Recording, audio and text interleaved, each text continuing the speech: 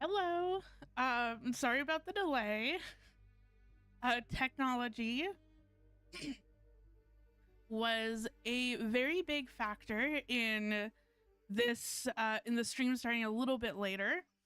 I so like the last time that I streamed me making products, it was kind of like a disaster because I added in. Oh, that's not correct. I forgot to move something. There we go.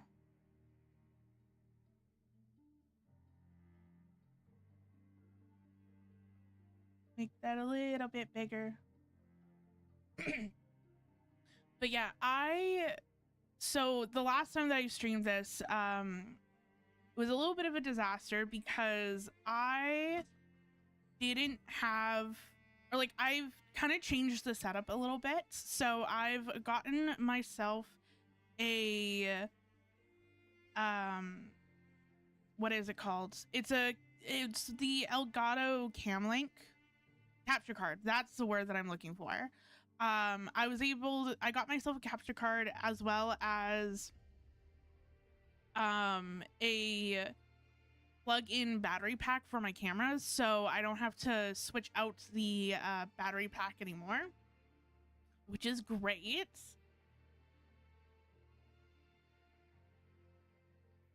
Um, and yeah, so that was fun. And I know last stream I thought that it was going to be kind of easy where I would just plug it in and everything would be fine. It wasn't. And I had to deal with a lot of like technical issues, and I'm still trying to figure out how to use it. Because like I plugged in the cam link also.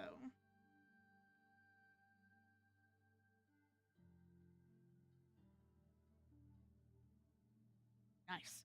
Sorry, I feel like every time that I stream I have like an Amazon delivery coming or something like that.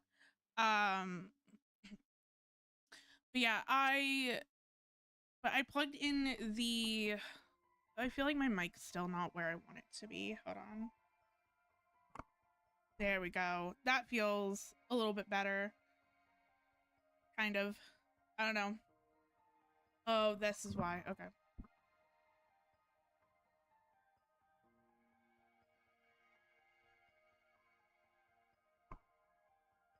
Ah, that is so much more better. Um, but yeah, used. Yeah, I decided to buy a.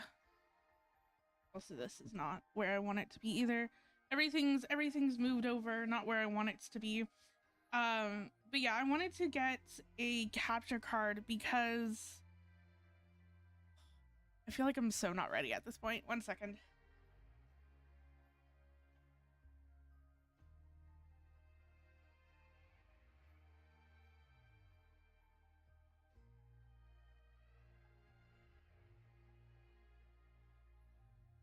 There we go. I forgot that I put my tape away. And I'm getting ready to I'm going to visit my artisan shelf today at Makers, and I need to bring tape because oh, my Amazon orders here. This is I feel like no matter how prepared or how often I do this, I still feel like the startup streams are so chaotic where it's just like, okay, let me um let me do this, let me do that.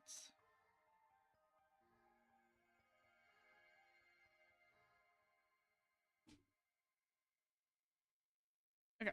I'll be right back.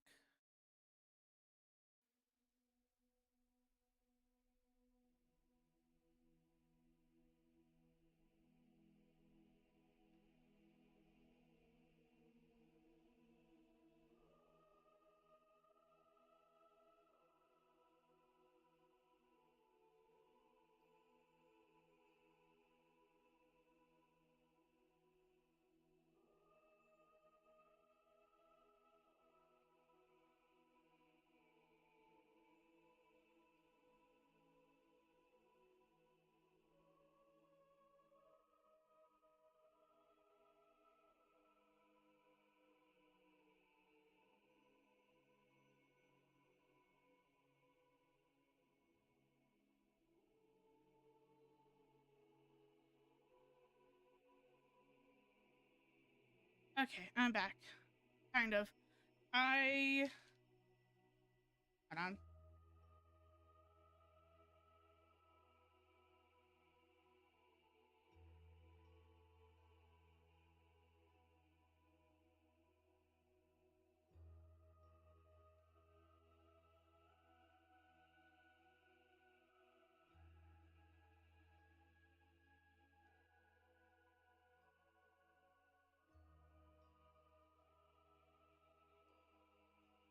Okay.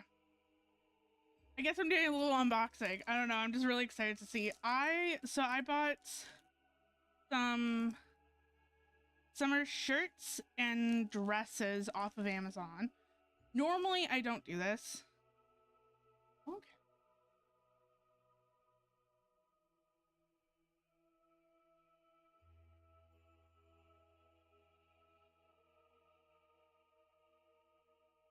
Nice. Yeah, I don't know if you can see. It's kind of like a piratey shirt with ruching in the middle. But yeah, I don't normally buy clothing off of Amazon. I don't tend to go buy my clothing. I really try to make my own stuff because I am extremely picky when it comes down to clothing. So, how the clothing fits, the fabric that they used, all of it, I am extremely picky. So, I'm not going to try these on right now. I just kind of want to get them out of their packaging and kind of just look at them.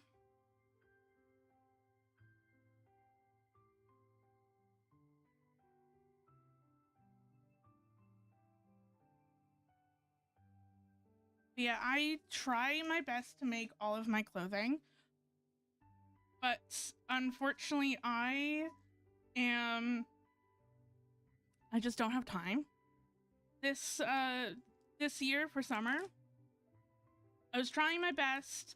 I was really trying my best to actually make my own clothing, try to make my own summer stuff. And it just never happened. I have a few things that I've started, and I do definitely have a few things cut out. I finally gotten buttons for the shirt that I was making. Like, I think the shirt's taken me a year to make at this point, just because I haven't had any time.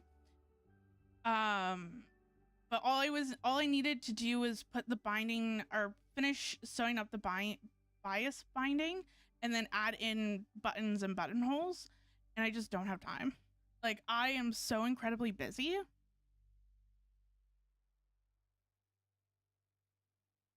Love the look that I have when I'm taking a sip of coffee. I love it. But yeah, it's very much I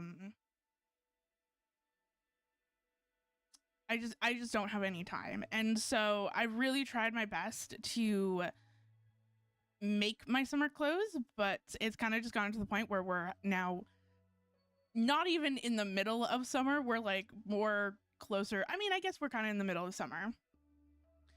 Uh and I'm like, I'm looking at my schedule. I'm like, ain't no way I'm going to make anything this time around. And I'm in desperate need of some summer stuff, like shirts and dresses. Again, I'm very picky, and I don't like um when it's like I'm also someone who doesn't like the summer.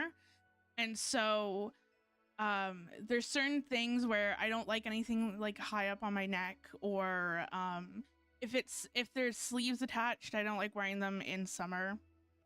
So I'm extremely picky. But I was like, you know what? I'll buy this stuff off of Amazon. I feel, I mean, it is what it is, but like I don't want to buy off of like Shein or Temu. Um but more off of Shein. Like, it's not my vibe. I much rather like Amazon's probably not Amazon's probably a step above Shein, but not as much as I would have liked. But yeah, so it's something where I think that this is the first time that I've bought summer clothes in like 2 or 3 years.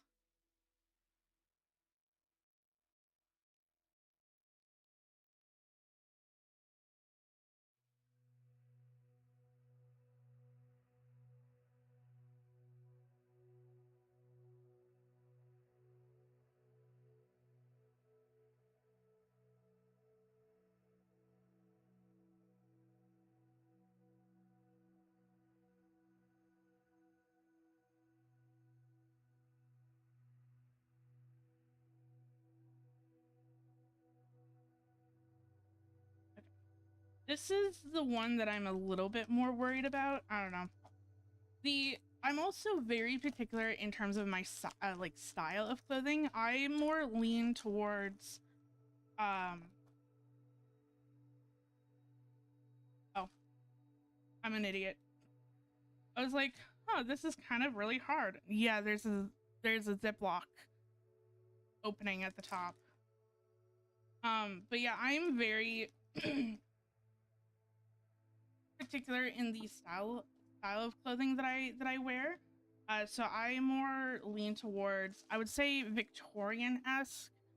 So like the corsets, I would say kind of cottagecore. Like I would say more dark cottagecore than anything else. But I would even say I lean more towards like Victorian style or Victorian-esque style of clothing. So like the corsets, the frills, the like the big poofy sleeves and all that sort of stuff. That's kind of the vibe that I kind of lean towards, and it is next to impossible to find anything like that. Unless you're looking for very specific, unless you're going to like very specifically niched clothing stores. Because I know, like, I was like, oh, I just want like a simple like black dress. Couldn't find, like, I struggled to find something that I actually liked. Because all of them are like very like high up on the neck, or there's like some sort of like weird sleeves going on, or they're a long like dress, and I'm like, I don't want anything long. I want like something like, I want like a summer dress. Like how hard is it to find a black dress that isn't high up on the neck? And so I kind of settled with this one. We'll see how it looks when I try it on later.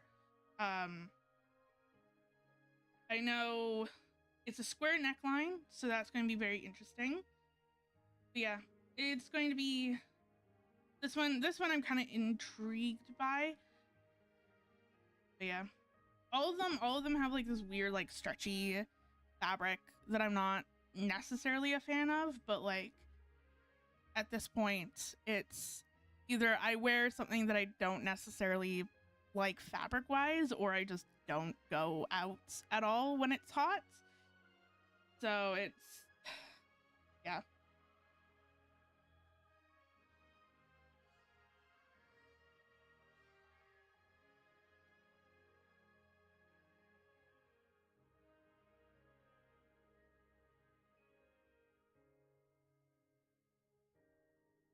Yeah, I'll try those on after stream.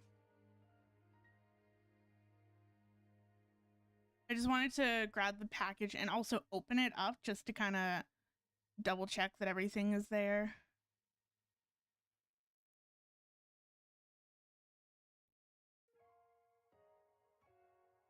Okay. We're like 15 minutes into stream and I haven't even cut one single sticker sheet. Lovely. Love that. There we go.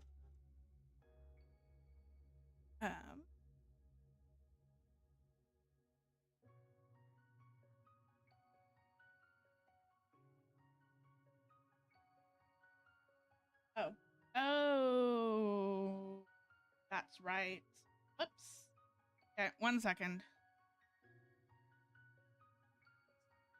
And that was also me. Let's see if this works actually.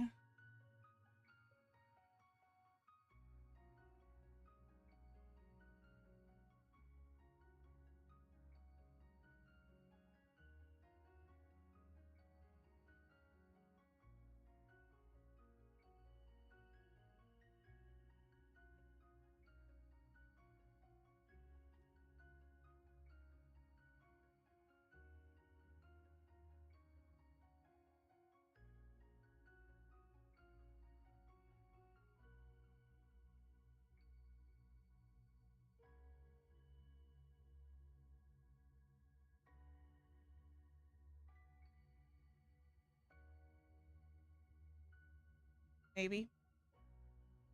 Yeah. Aha, yes it does. Okay, awesome.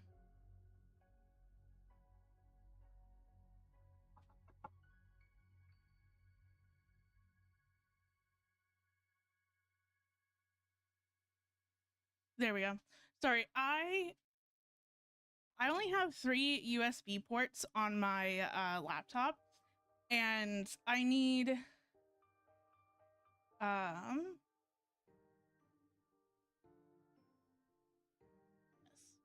but yeah, I need a USB plug for my cutting machine, and then I need a USB plug for my cooling pad for my laptop, so then my laptop doesn't overheat. And then I could plug my microphone into the USB-C plug that's on the back of the computer, but I have it plugged in as a USB. And then now I have the capture card that is also USB, but it came with a USB adapter. So I just plugged it into my USB adapter, which is definitely nice. Yeah, I was playing around because it wasn't working. Like my camera wasn't working for as a it wasn't showing up like this. And turns out I just have to deactivate it and activate it. So basically turn it off and turn it back on in the program, and then it registers. Crazy concept, apparently. Yeah, let's send it.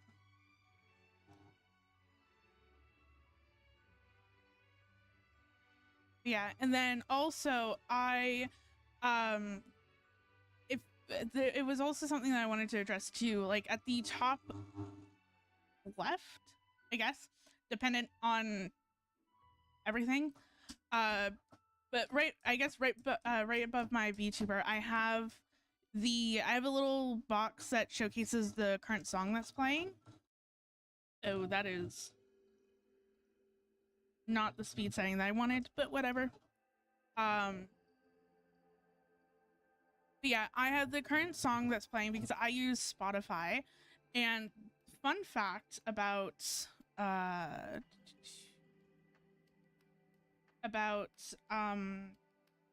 Hoyoverse's music is that though it is copyrighted, Hoyoverse themselves, so the game company behind Genshin Impact, Star Rail, ZZZ, that sort of thing, they don't copyright strike videos.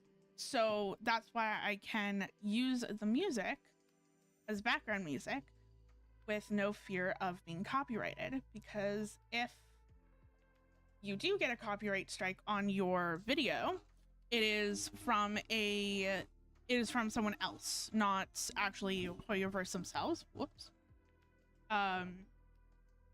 And so I was playing around with potentially, like, I'm kind of getting bored of like listening to Hoyoverse's music, not going to lie, because I feel like there's like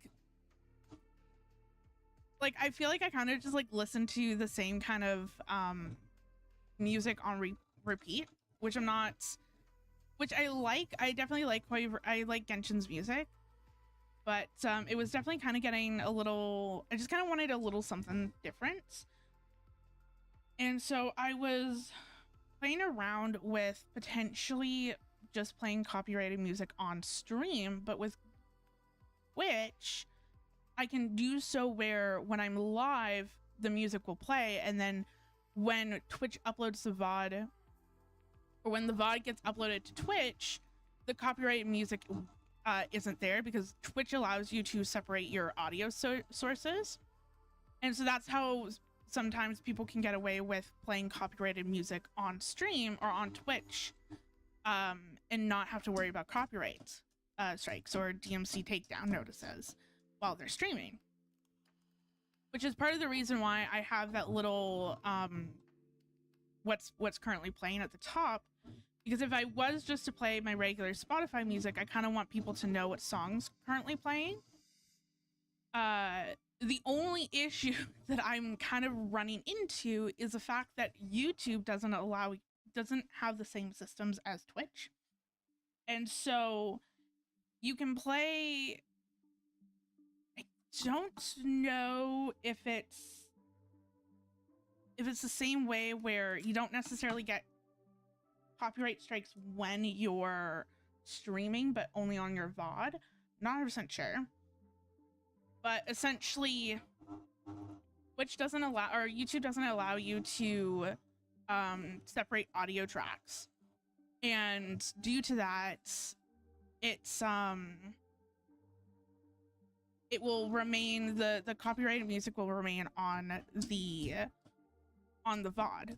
So if I wanted to stream via both Twitch and YouTube and play copyrighted music, it would be that thing where I would have to take down each VOD from YouTube and re-upload the VOD, or basically just re-upload the VOD without the copyrighted music. But then that means that the VOD, the live stream VOD, wouldn't be in the live stream tab, it would be in my video tab. I'm not sure if I like that or not.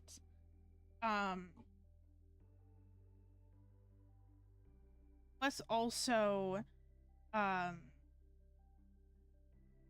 you know, while it is not the main reason why I stream, it is a goal that I want to kind of get like work towards, is to become like either both Twitch affiliated, and then also be a part of YouTube's AdSense program. But in order to do that, I have to meet like certain thresholds, and one of the thresholds for YouTube is to have 4,000 watch hours. Well, when you're live streaming and people watch your live streams, that counts towards your watch hours. But the moment that you delete or unlist the VOD, those hours no longer account. So it is that thing where I'm kind of, oops. Oh, that's a B grade. So I'm like, well, yes, I could theoretically re-upload or take down the VOD and re-upload it. Then I am losing any of the watch hours that people have watched on the original live stream. Not 100% sure how I feel about that.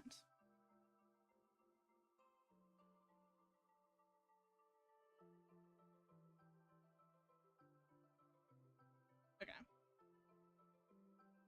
Also,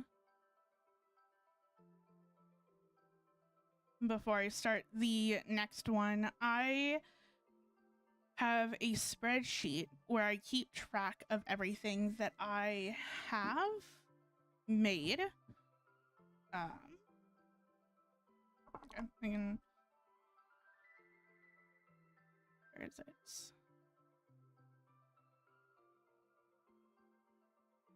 7. Yeah, I have a spreadsheet all up where I keep track of all of my inventory, and I also keep track of what I've sold at different places.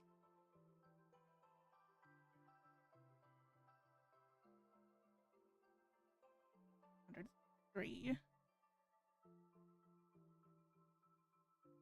It's like,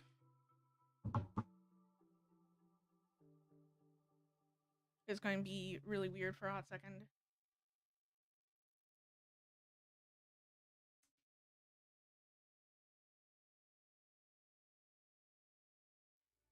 I don't know. You probably can't see it that. You also probably can't see it that well because it's probably out of focus. Also, where's my mouse? There's my mouse. But yeah, this is.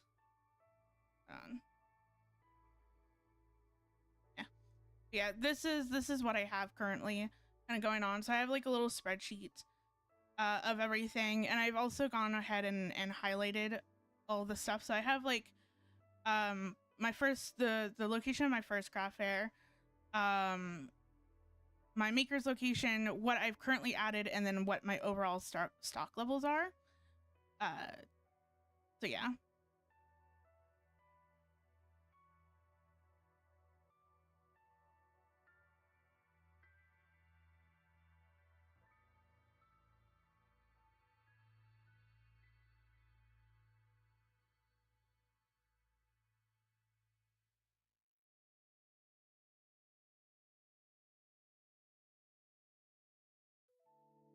There we go. Yeah, so it's just to kind of keep track of everything. I I'm not a math person. I don't really enjoy doing math, but I love a good analytics or spreadsheet.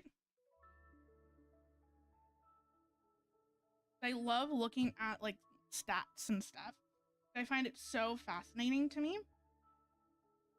And so I want to kind of keep a record of every place that I've sold and what's sold and how much. It also helps so that way then in the future I can have more accurate inventory counts, or I can add in more accurate inventory. Because like right now I have a lot of craft fairs that I'm going to.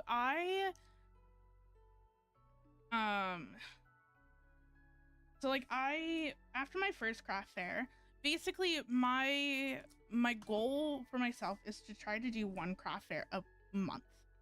That's kind of my goal. And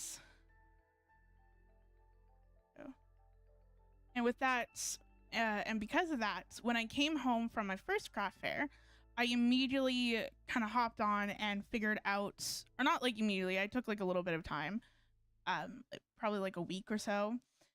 And I then went back onto the craft fair website that I applied for my first craft fair, and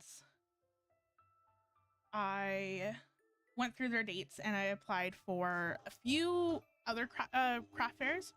So I applied for one in July and one in August.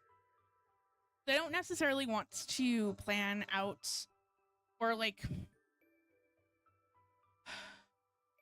I don't necessarily want to sign up for craft fairs too far in advance, especially unless they're like very like specialty craft fairs, like if they're a specific Halloween craft fair or Christmas craft fair or whatever, where they open applications super duper early, and if you don't apply right then and there, there's a potential that you're not going to get in, or you're going to miss the or it's going to be filled up, you know, even if you don't do it within a week.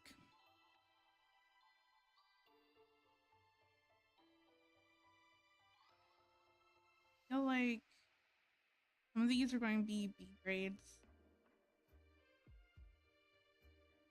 That's fine. And so I signed up for a few different dates, because you can sign up for multiple different dates, and then if you get accepted into all the dates, then you can kind of pay what dates you want, which is super duper helpful. So I signed up for, like, I did basically all of their dates in July and August, just to kind of have a better shot. And when I applied for my first craft fair with them, they got back to me saying that I was accepted within like 5 hours of me putting in my application, which I was like, oh, this is super duper fast. And I wasn't anticipating that. And so going into putting in my second application with them, I was not necessarily expecting them to be as fast as they once were. But I also was expecting to hear back from them within like 2 or 3 like days, or like 2 to 3 business days at the very least, and that didn't happen. I didn't hear back from them for a week, which then kind of got me paranoid, being like, oh, maybe I didn't get accepted in, and whatnot. And I was like, okay, well, you know, if I don't do a craft fair in July, that's whatever. But I really want to do a craft fair in August. Like, I don't want to go where I only do one every couple of months, because I kind of get out of the habit, and it starts, basically it's the more times that you do it, the easier that it'll become. And so it helps. So by me doing more craft fairs, I'm not as nervous. I feel much more prepared for each and every craft fair than I did the previous one.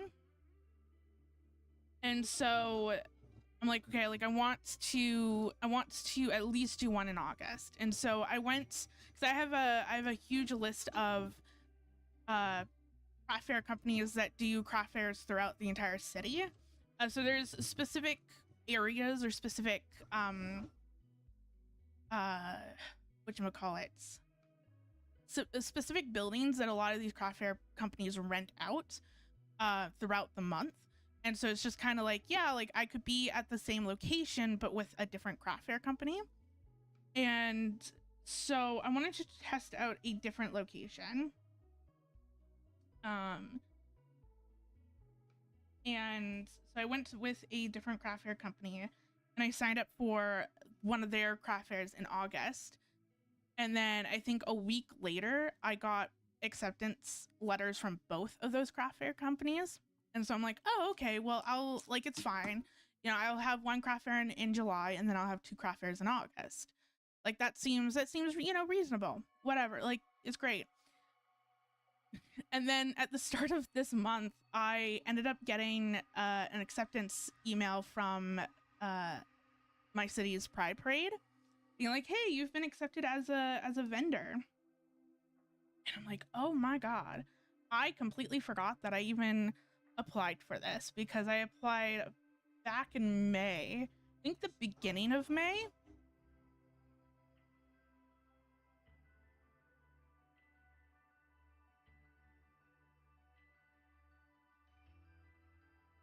Yeah.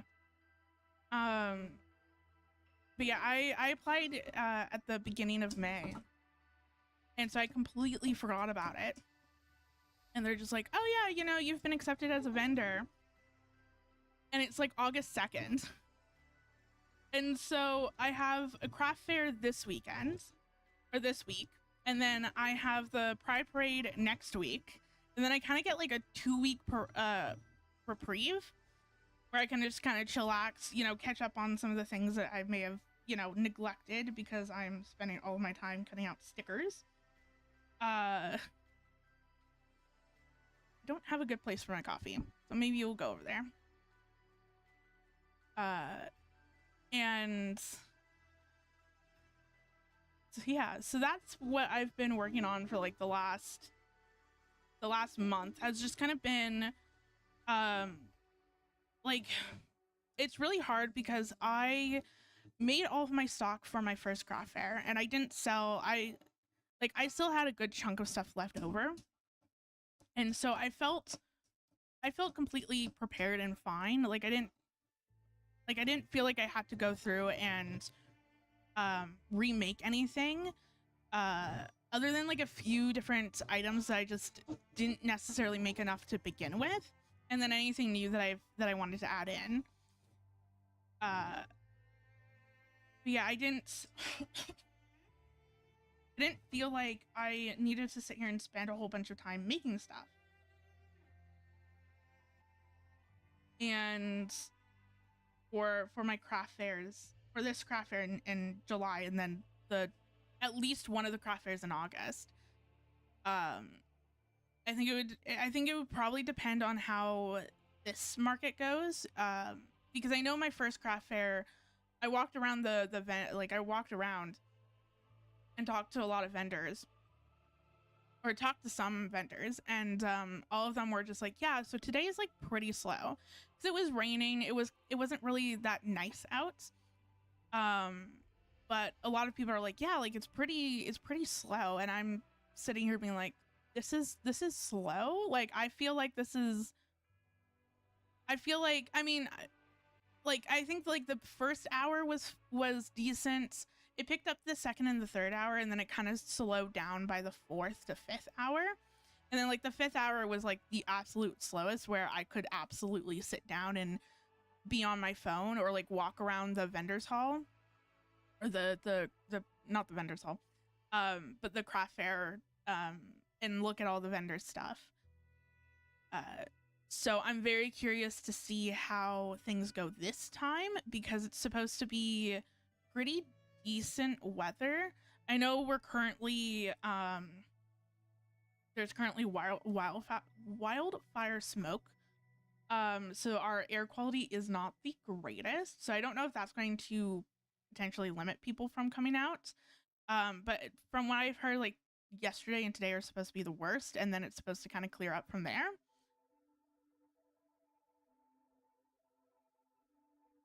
Actually,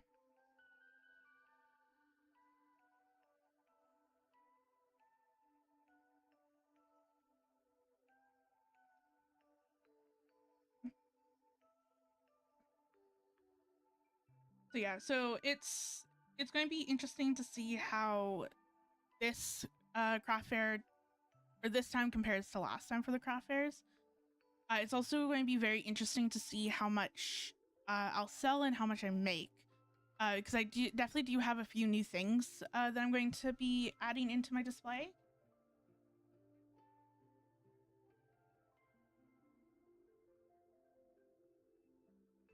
So I've made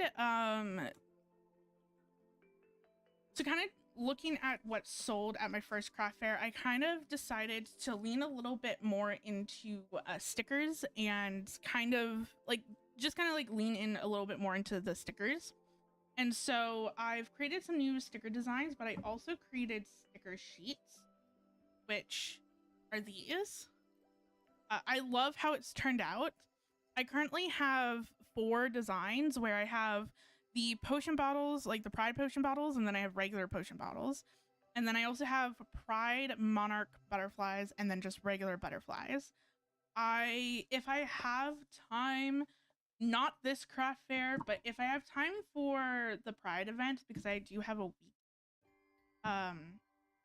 like I do have a week and a half left to kind of do any sort of prep work. If I have time to draw anything else, then there's a few more sticker design or sticker sheet designs that I would like to add in. So I know that I was working on a like a zodiac constellation sticker design.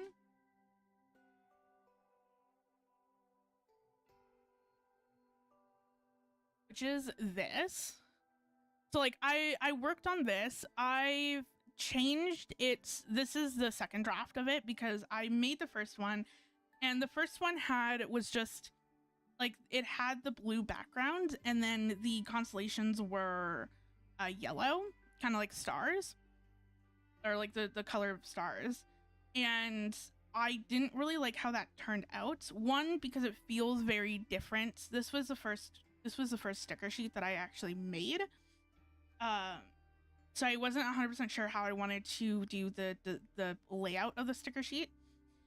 And so having it have an entire background to it makes it feel like it kind of stands out from the rest, which I'm not a huge fan of. I think that it would have been absolutely fine if I had other sticker sheet designs that would incorporate a full pattern on the back. But as of right now, there really isn't anything that I feel like it's necessary to have a full pattern on the back. It also just kind of feels like it's a waste of ink. Not necessarily a waste of ink, it's a lot of ink, especially if I'm printing out like a dozen of these, if not more per design. So it's going to drain my ink like there's no tomorrow, which granted, I do have an EcoTank Epson printer, so the ink issue isn't that bad, but if I can conserve a little bit of ink, and if it's not necessarily necessary to have it, have the sticker sheet have a colored background, then I don't see there being a reason why I should. But I want to kind of go back and fix stuff. I need to kind of fix the lettering because it's a little jagged, not jagged, but like it's a little thin in certain areas, so I'm not loving that look. And then I want to kind of play around with the design a little bit more. That's one of the sticker sheets that if I have time, I would like to kind of go back and fix, so that way then I can add it in. I also have a autumn themed sticker sheet that I was working on way back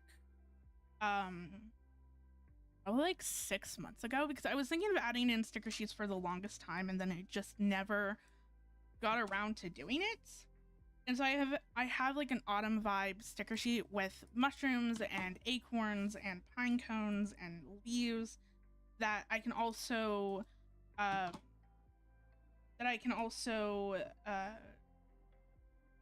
make, like, kind of redesign it so that it fits within my current sticker sheet designs and add that in. And then I was also thinking of adding in a strawberry design as well. So have some strawberries with some of the strawberry flowers.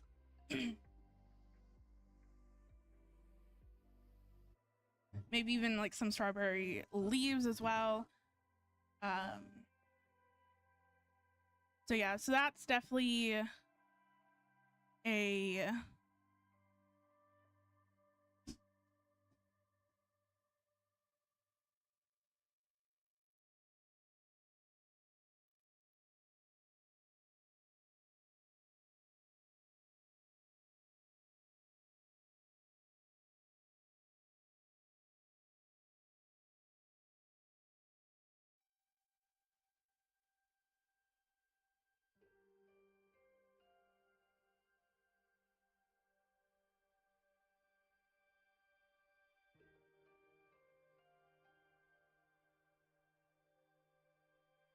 sorry, I was just double checking everything. Here we go. Okay. Sorry, sometimes I'm paranoid that I'm like, wait, did I actually hit the start stream button? Am I actually streaming, or you know, or did the stream crash? Sometimes I'm a little paranoid like that. But yeah, it's so I have a few other designs that I would like to add in. So that would be like another like 3 sticker sheet designs. If I can swing it, that would be awesome. I'll probably have it ready to go for my craft fairs in late August. But probably not. I mean, it's debatable. I could potentially swing the Zodiac constellations and then the Autumn Vibe sticker sheet. I could potentially swing that because it's just fixing those up a little bit. The strawberry sticker sheet design, I'm not 100% sure. And it also just depends on like time. But yeah, it's been, so I'm adding in sticker sheets, which I'm very curious to see how those do at the market. And then I also have, whoops, I knocked over my tape.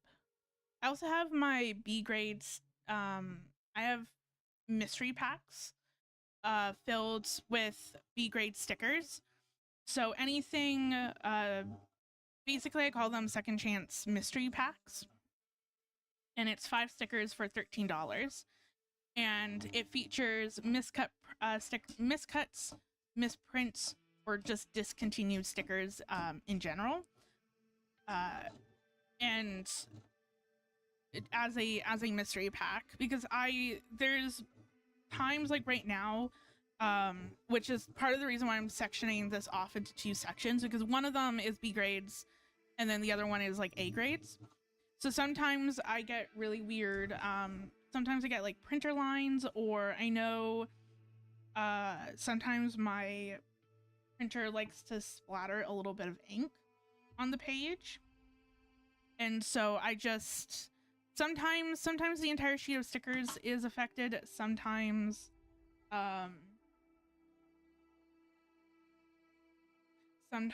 it's just a few stickers. But yeah, I just put them in a mystery sticker pack, and I'm very excited to see how that goes. I feel it's going to be very interesting because I know that I've added in the mystery packs to my maker store, and like they sell decently okay. I kind of played around with different versions of it because I didn't necessarily know if people liked the second chance mystery bags, or if they wanted more like just a pack of stickers. Like I could just do, I have a pack of second chance stickers where people can see what they're getting, so they can kind of inspect the quality, so that they know what they're going to get. I don't know if like people are hesitant to be like, oh, miscut, misprint, like are they like horrendously miscut or misprinted? because you can't see them in the pack because it's a mystery pack. And then I also just did a regular mystery pack with A grade stickers, which hasn't really sold that well, which I think makes sense because of the price points. It's 5 stickers for $18, but they're A grade stickers. Because the thing is that with the mystery pack, with my second chance mystery pack, not only are people getting a discount because they're B grade stickers, but they're also getting a discount because it's in a mystery pack. Whereas with the A grade mystery pack, people are only getting the discounts because it's a pack. So I don't know if people are like looking at the price being like, oh, $18 for stickers, that's way too much, and thus not buying it, or whatnot. So it's going to be very interesting to see how the mystery packs perform. I also done it in a way where, hold on.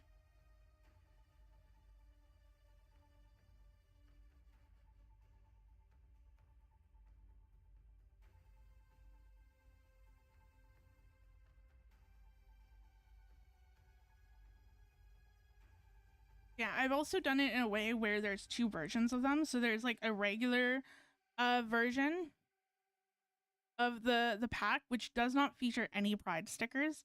And then I have kind of the Pride version of it, which features at least 1 or more Pride stickers in them. I've done this, like, I'm very much on the fence when it comes down to, also I only have 4 here. Oh no. Did it get mixed up? Oh wait, no, I have 5. It was just, yes, I have 5. It was just hiding. That scared me there for a hot second. But yeah, I'm very torn with how I wanted to incorporate the Pride stickers within my mystery packs, because I feature a lot of different Pride flags, and so it's that thing where someone could get a Pride flag that isn't theirs, essentially. And I don't know, it felt, I didn't know if people would be fine with that or not. So I kind of have 2 versions. Also, maybe some people don't want to have Pride stickers. So yeah, so I have 2 different versions. We'll see how we'll see how these sell. I definitely like the packaging a little bit more than what I had before, because I actually had made my own envelopes. For the first round of mystery packs, I made my own envelopes out of some of my printer paper, because the envelopes that I currently have, they're way too big for the display case. I think one of the envelopes takes up like half the display case, so it's just way too big and awkward. And so I kind of like having them a bit more compact. And I also want to have all of them be the same size. I don't want them to be different sizes, because I know that I offer different size stickers. So I don't want people to be like, oh, well, like, obviously it's this size, so then it could potentially feature like maybe one of these 3 stickers that are that size, or you know, or it's this size, so then, you know, maybe it's more of my smaller stickers. So I want everything to kind of be the same size. So that's going to be interesting to see how those sell.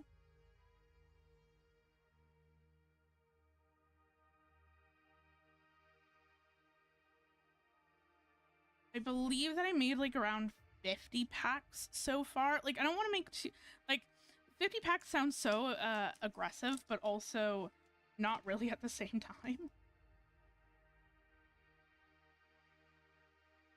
I feel like 50 packs for like, at least for this craft fair, my maker store, and also the Pride event, I feel like is a good batch. I don't necessarily want to make a whole bunch of mystery packs just in case they don't necessarily sell well. That's the case, and I have to figure out how else I'm going to sell off the B grade stickers, because I have a lot of them. I think the issue for me is that sometimes an entire page can be affected. which then makes, like with this page, like if this page was entirely affected, then that's 10 stickers, which basically means that that's equivalent of 10 packs, because I only put one of each sticker in one pack. I don't ever double up stickers in the packs. So the only times that people can get duplicates is if they buy multiple packs. But I also try my best to kind of have different packs going. I try not to have the same. So if I have a lot of one sticker, because where's my mouse? There's my mouse. If multiple pages have been affected, or I know that throughout the last year I've really tried to up my quality, and so that comes down to like printer quality, sticker paper quality, all that sort of stuff. And due to that, there we go. And due to that, sometimes I'll have leftover stickers from a different print run that I just haven't sold yet. But I'm like, oh, this isn't really in line with the quality that I have currently, nor the quality that I want to sell at this point. So sometimes if I have leftover stickers, those go into mystery packs as well. Yeah, I'm very, very curious. But yeah, it's very much of, I have people seem to enjoy a lot of my stickers, so I kind of tried to lean a little bit more into that. And then I know that I also I'm also adding in other product types as well.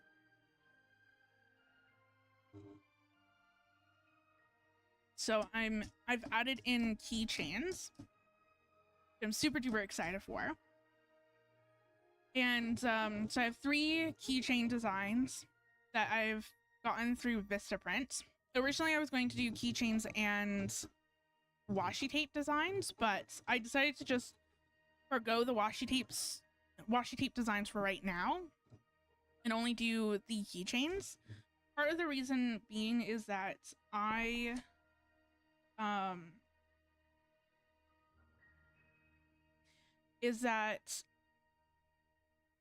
didn't this is the first time that I'm getting anything manufactured, and due to that I didn't know how long the production time would be, and then also ship time, and I felt like I was kind of cutting it a little bit close between the production time, the ship time, and then getting them here and making sure that everything was good. And then if there was any sort of delays or any unforeseen things happening, I also wanted to account for that.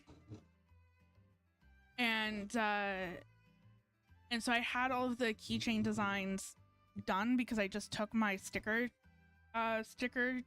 files and just uploaded them to Vistaprint. And then, but like with the washi tape, I had to create the design itself, which was just taking a little bit too long. And so my worry was that by the time that I get the washi tape designs done and sent over, that I wouldn't have them in time for this craft fair or the Pride event. And so I just kind of forgo, like, I kind of just forgo the washi tape. Plus also, because I'm doing the Pride event, by getting rid of the washi tape, I was able to get more keychains per design, which I thought was a bit more important. Because I think before I was only going to get, I think maybe 10, and I upped it to 17. So then, dependent on a lot of things, but essentially, if my keychains get approved for my maker store, because I have to send in an application for any new product types that I want to add in, So they accepted my sticker sheets, but I haven't heard anything back for the keychains. But if they go into my maker store, then I would have three at my maker store.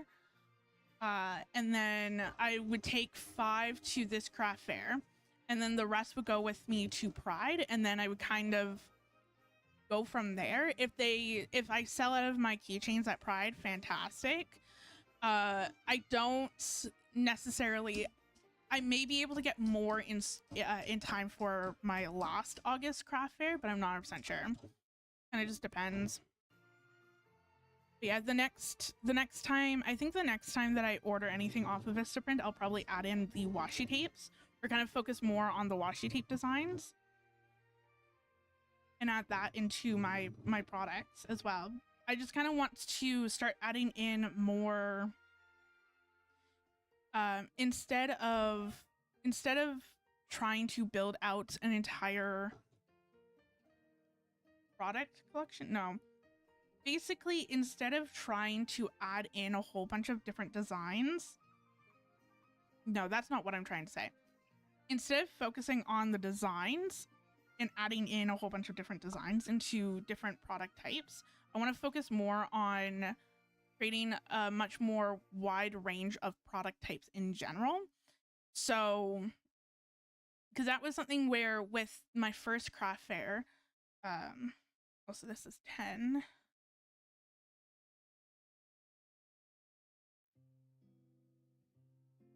I think I like how I counted that and then I never added that in. Whoops. One second.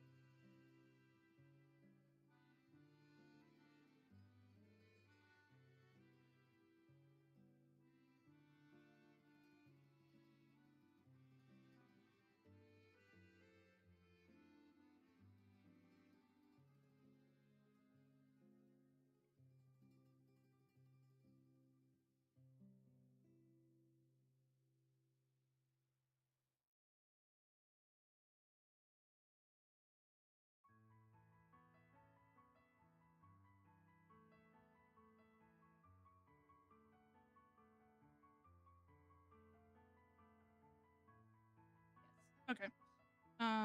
Sorry, I had to answer a text message from my friend. Also, I don't want to have that in camera or in frame. 1, 2.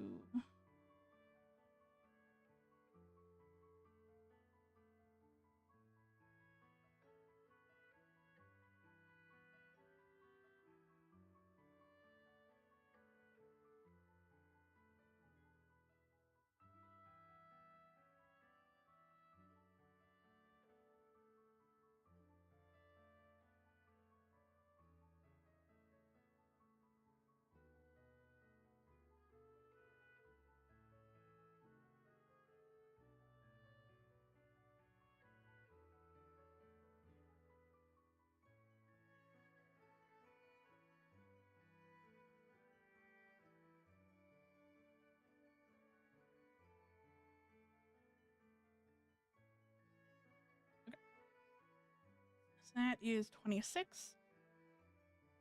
Then that will be 66.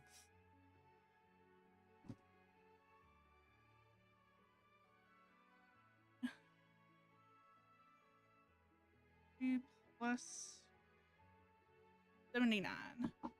Nice.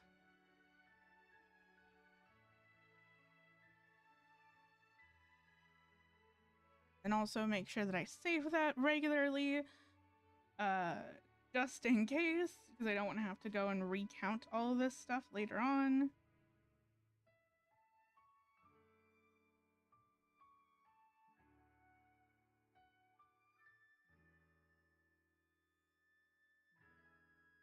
Okay, that's all good.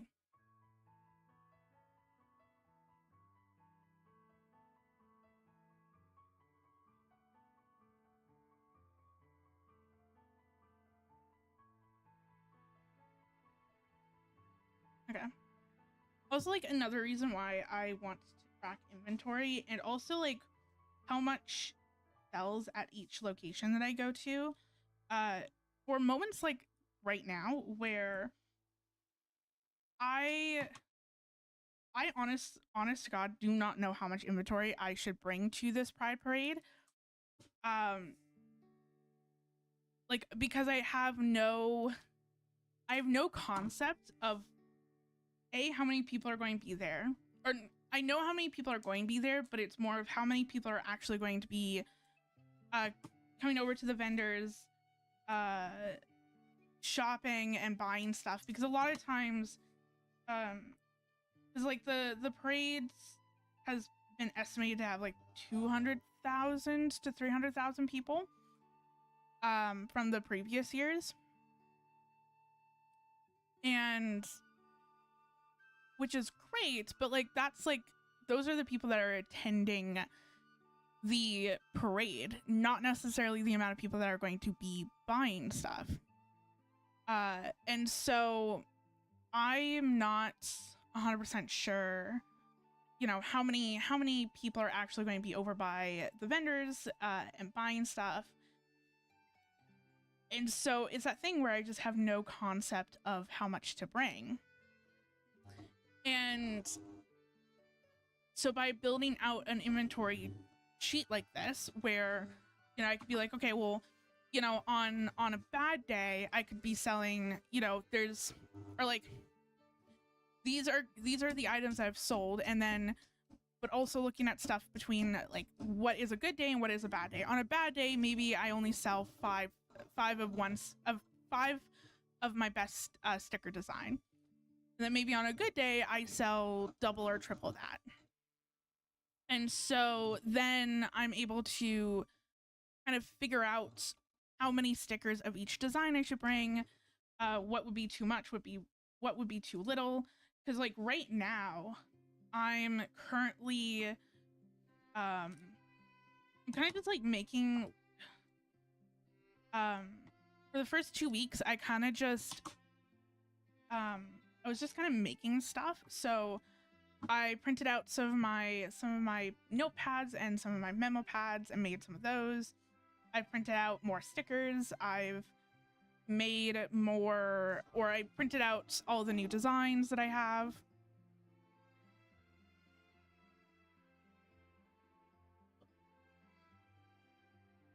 And kind of just spent the time making stuff.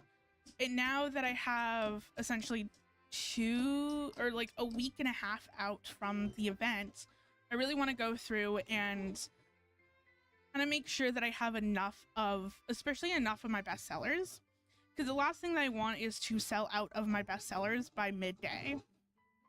And so right now I've kind of gone through and figured out what have been my bestsellers at my maker store, as well as what sold at my first craft fair.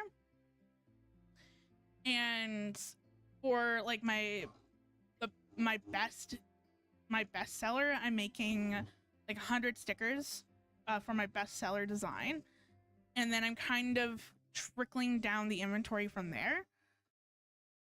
So I'm like, I don't need 100 stickers of some of these designs. Like, that's way too much, and it will take me forever to sell them. But I could definitely see me selling a good chunk of these stickers at the Pride event. Plus, also at my first craft fair, my stickers was pretty much the only thing that sold. Like, I had bookmarks, I had my notepads and my memo pads, and I had my art prints. And pretty much I think I sold maybe 2 or 3 bookmarks.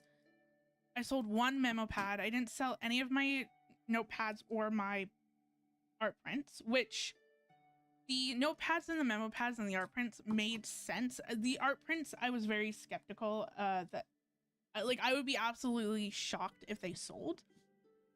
Or if people buy the art prints. They haven't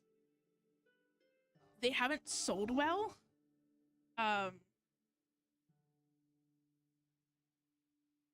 feel like they sold well at the beginning of when I first started my Etsy store. I pretty much started out with making art prints. And then shortly after I got into stickers, and then shortly after that I also got into bookmarks. And the notepads and the memo pads are like a recent addition to everything. But yeah, when I first started my Etsy store, I felt like my art prints was the thing that sold the most, and then my stickers was the second thing that's like when I introduced my stickers, that was what was selling the most. And then when I introduced my bookmarks was kind of the thing that sold the most, which is very interesting that as soon as I add in like a new product design or new product type, that's just kind of the thing that sells within my store on Etsy. But yeah, with the art prints in general, at my maker store, like I think I sold maybe 1 or 2. And so I'm like, I would have been absolutely shocked if my art print sold. And again, I think part of it is just I don't think a lot of people are buying art prints anymore. I think that, you know, there's only so many places that you can put art prints, unfortunately. There's only so much wall space that you have. And then on top of that, I think that my art prints they're not necessarily detailed enough to really be classified as an art, like not necessarily be classified as an art print, but to make a good art print. I feel like a lot of them are very simplistic. And again, I think a lot of them are much better as like stickers, instead of a full-on art print design. That I think is a main reason as to why those don't sell well.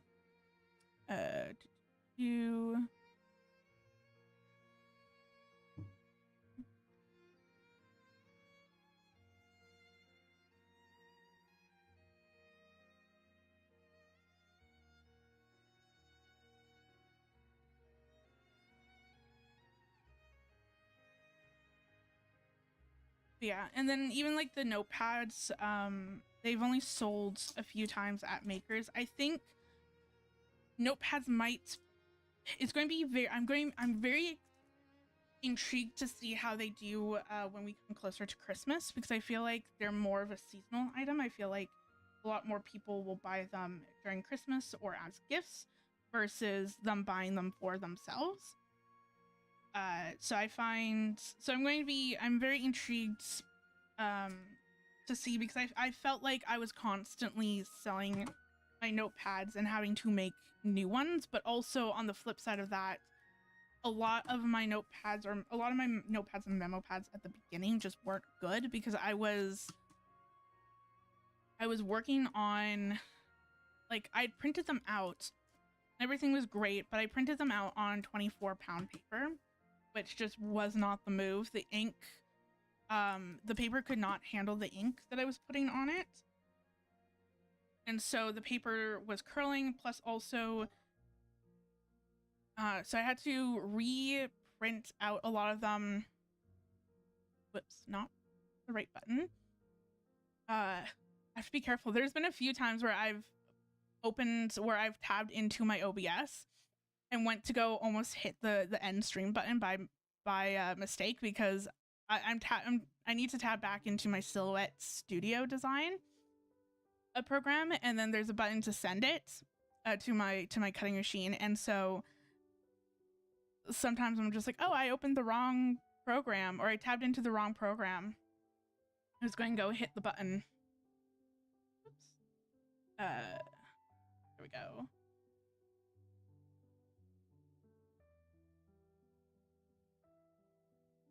But yeah, so there was a lot of paper issues. So I made some of them using the 24-pound paper. Not a lot of them, thank God. I still have quite a bit of that paper left over. I'm just using it as regular printer paper at this point because I don't think that there's really anything that I would use the paper for. So that's fun. And then I know that during Christmas I also upgraded my I upgraded my printer because I had an old Epson printer. I think it was like Epson XP 970, I think. Or something around that. And it was a cartridge ink printer. And so the ink, like, the printer sucked. Like, it sucked so badly. The ink usage on that printer was astronomical. It was that thing where I could not print a single notepad on that printer. Whoops. I need to stop doing that. I keep like my hand keeps touching the cord on my mic, and then it moves the mic by accident. Like, no. But yeah, I couldn't print a single notepad on that printer, and it's part of the reason why I made memo pads in the first place, because if I wanted to make anything, or if I wanted to print out the notepad on my printer, it would absolutely drain the entire cartridge of ink, and I would have to go and buy more. Like, I would probably be able to make maybe two. Like, that was very whoops, that's not what I want. That's very generous when it comes down to like my ink usage. Like, it is that thing where I think I could probably make 2 or 3 of my memo pads, or like 4 of my memo pads or whatever, and then I would have to replace my ink. And then the ink in of itself is expensive. Plus also it depended on where I was buying it from, because like I think it was like $30 per cartridge. So I just remember, like, I think at one point, near the end, I think I totaled everything up and I probably spent like $1,000 on ink just from what I printed for my maker store. And so at that point, I'm like, yeah, no, I've already spent like $1,000 on ink. I'm going to spend a hell of a lot more. I might as well just buy myself an EcoTank printer, or upgrade my printer to an EcoTank printer, because like that alone is just going to save me a crap ton of ink. Plus also it was getting to that point where I want to make products, or I want to make things, or make, you know, a decent amount of quantity of stuff, and I can't. And so I was starting to hit that limitation on the printer. And so then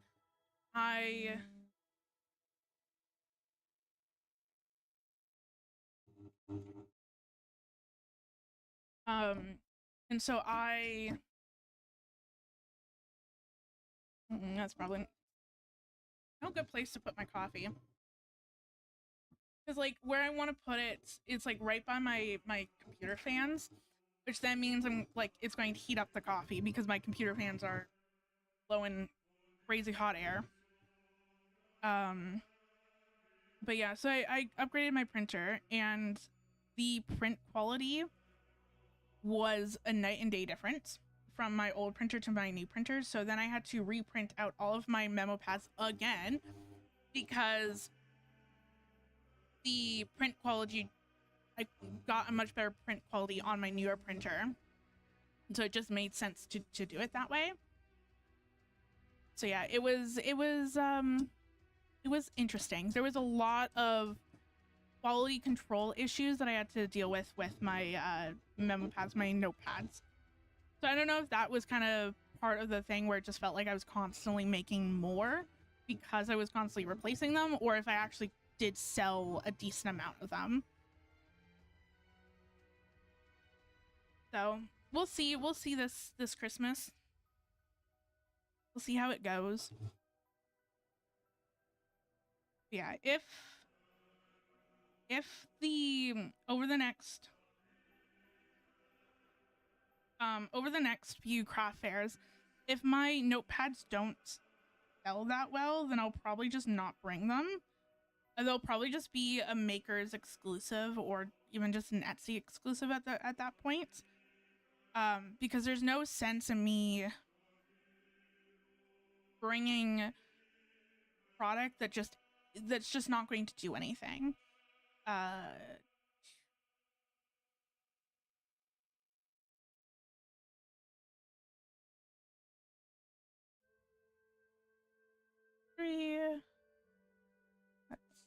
79. And save that.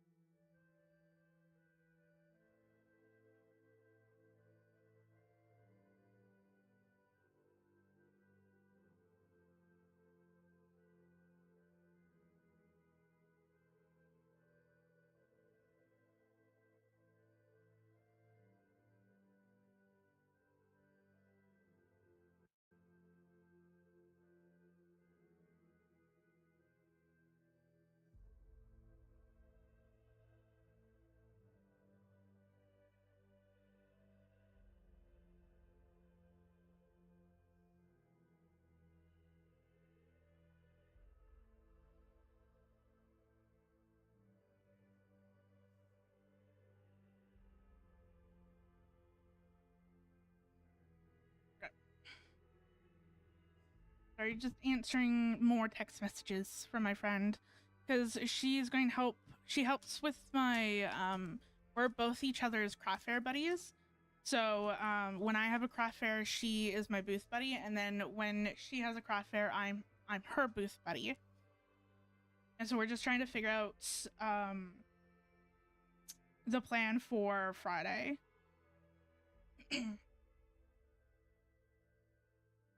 Yeah. I'm very excited and nervous for Pride. It's going to be very, very intriguing.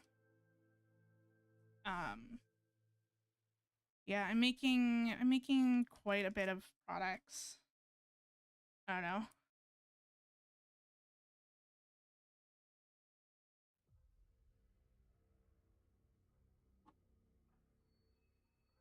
And then like even speaking of like my setup, because like going back to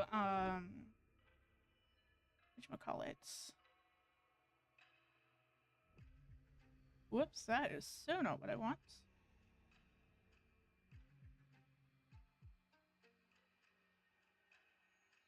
There we go. Yeah, I've also updated my display as well or like my table. So I've added in some lights. So I have a string of vines with lights in them hanging across my table. I still need to get myself a banner, like a table runner.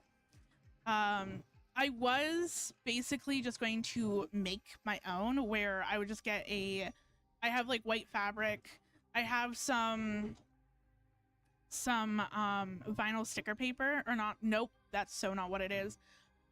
Iron on vinyl, like gold iron on vinyl. And I was thinking of just cutting out my name using the cutting machine and then ironing it onto the white fabric and having that as my table runner. I just don't have time to do that.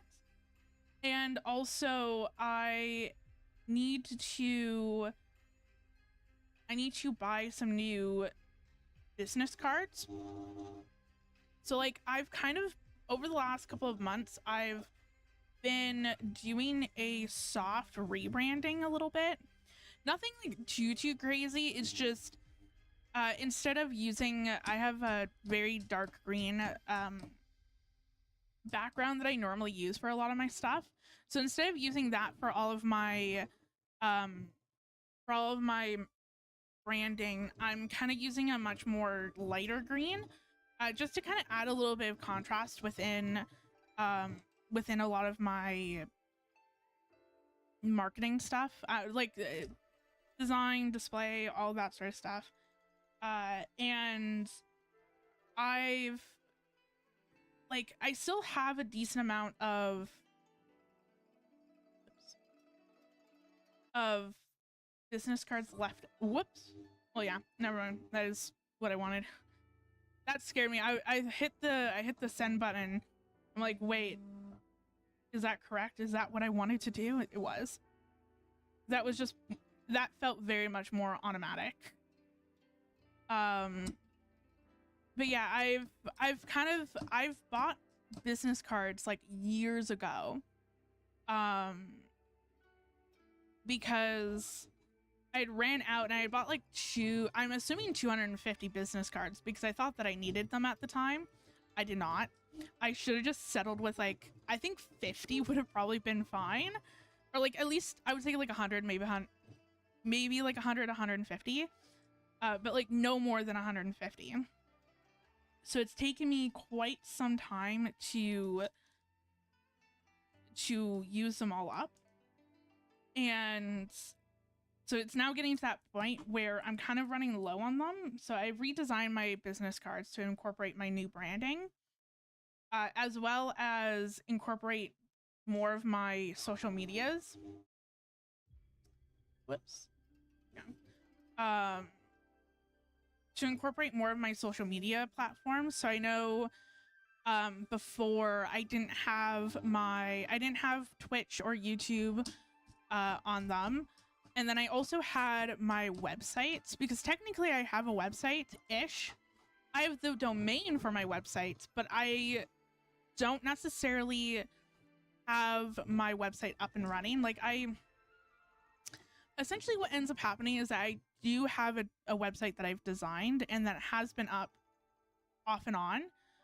What ends up happening is that I will buy, like, you essentially have to buy a subscription for the websites, or the host provider, or like the website host provider that you're using. So that could be Square, that could be Wix, that could be WordPress, whatever the case may be. A lot of websites will be like, hey, you have to upgrade to our premium plan in order to use a custom domain website.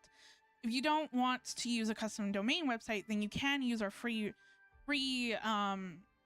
plan, but then your website URL will be like, you know, www.anodetocreativity.wordpress.com. Whereas with a custom domain, you could just be like www.anodetocreativity.com.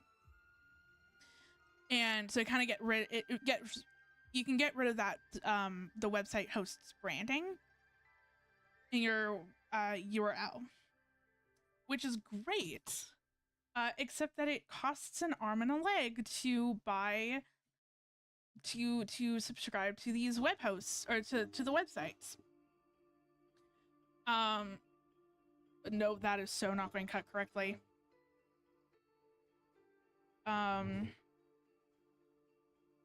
And so like sometimes, like when I have the money, I will sit here and, you know, I will sit here and buy maybe like a 2-year subscription service for them, which costs like $200. So it's a decent chunk of change. But then when that subscription comes up, sometimes I don't have the money to sit here and spend $200 on a website in order to basically use my custom domain. So a lot of times I'll just not renew the subscription service, and then my website is like, I still have the domain, but like no one can access the website because the domain is no longer connected to the website. And I definitely want to have a actual website later on down the road. I want to have my own website when it comes down to selling as well. I don't necessarily always want to, like, I want to have my Etsy store, but I also want to have another point of sale. So I have my own my own website that people can buy off of. The only thing is that I would probably go with Shopify, potentially. I don't know. It just, owners of the website, not the greatest people, but also it's hard where there's not really that much of a competitor for them. Like there's other websites that you can do, like Wix, you can do like Square or like Squarespace even, but a lot of them just don't compare to what you can get with Shopify. So that's that. Also I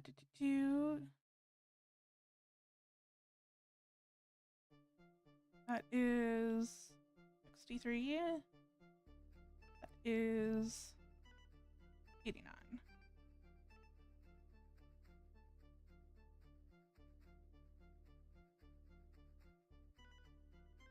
We'll see, but the only issue for me is that it's going to be like $30 a month. And if at this point it doesn't make sense for me to have a Shopify website because I'm not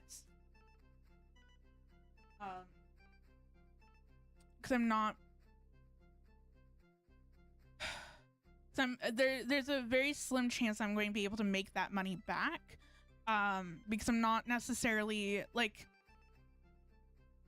I am kind of driving traffic to my Etsy store, but it's not a lot of traffic, and so it's a 50-50 gamble on if I'm going to actually get a sale via Shopify, and if said sale will even be enough to cover those fees. Then you should be getting like a few sales a month in order to make it worth it. Plus also I have to think about just the supplies that I have to have for those orders, and then also the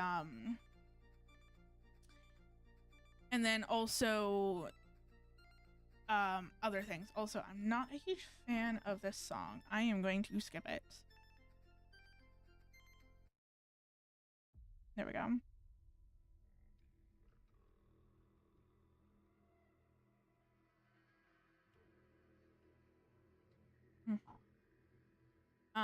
But yeah, so it's just, for me, it's like, once I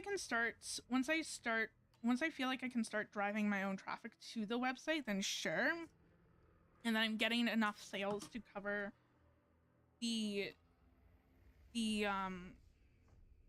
subscription fee for it, then I could see myself doing it. But until then, I'm just going to stick with Etsy. So it's that thing where I don't necessarily want to have my website advertised, where I would say a good chunk of the time it's not up and running.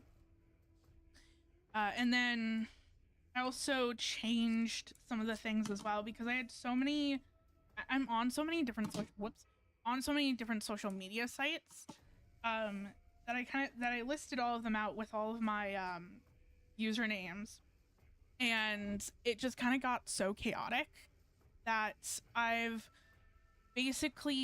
gone ahead and I've changed my usernames on both Twitch and Instagram, because those were the only two that had the spaces between, or the lines between my name. Everything else was just like an ode to creativity, all as one word.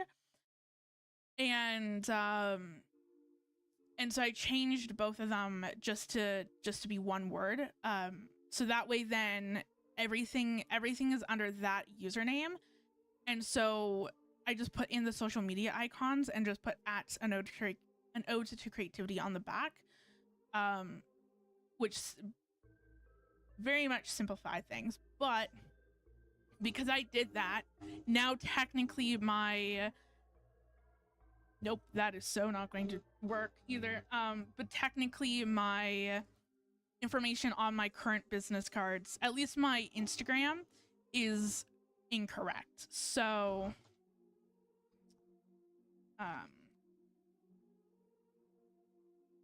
but I was going to buy my business cards, to make like a long story short, essentially. I'm going to buy my business cards off of Vistaprint, which you can then get a table runner they also offer table runners, like custom table runners. So that's what I'm going to just do. I'm just going to buy the table runner off of Vistaprint, but I have not put in that order yet because, not going to lie, all right, I've already spent a good chunk of money just between the, like, just between paying for my tables for the craft fairs. I probably spent, like, I think I've mathed it out to be about $700 just on the table fees for all of the craft fairs that I'm going to. Most, 3 of the craft fairs are, I think, $130 Canadian. And then the Pride Parade is the most expensive one, coming in at close to 300. But I was like, you know what? This is a once, not necessarily a one, I mean, it could be a once in a lifetime opportunity, but it is like a once in a year opportunity. And with the amount of people that are projected to come, I felt like it was, I could stomach spending that amount of money on a table, with everything that I know, because I've been to the event before.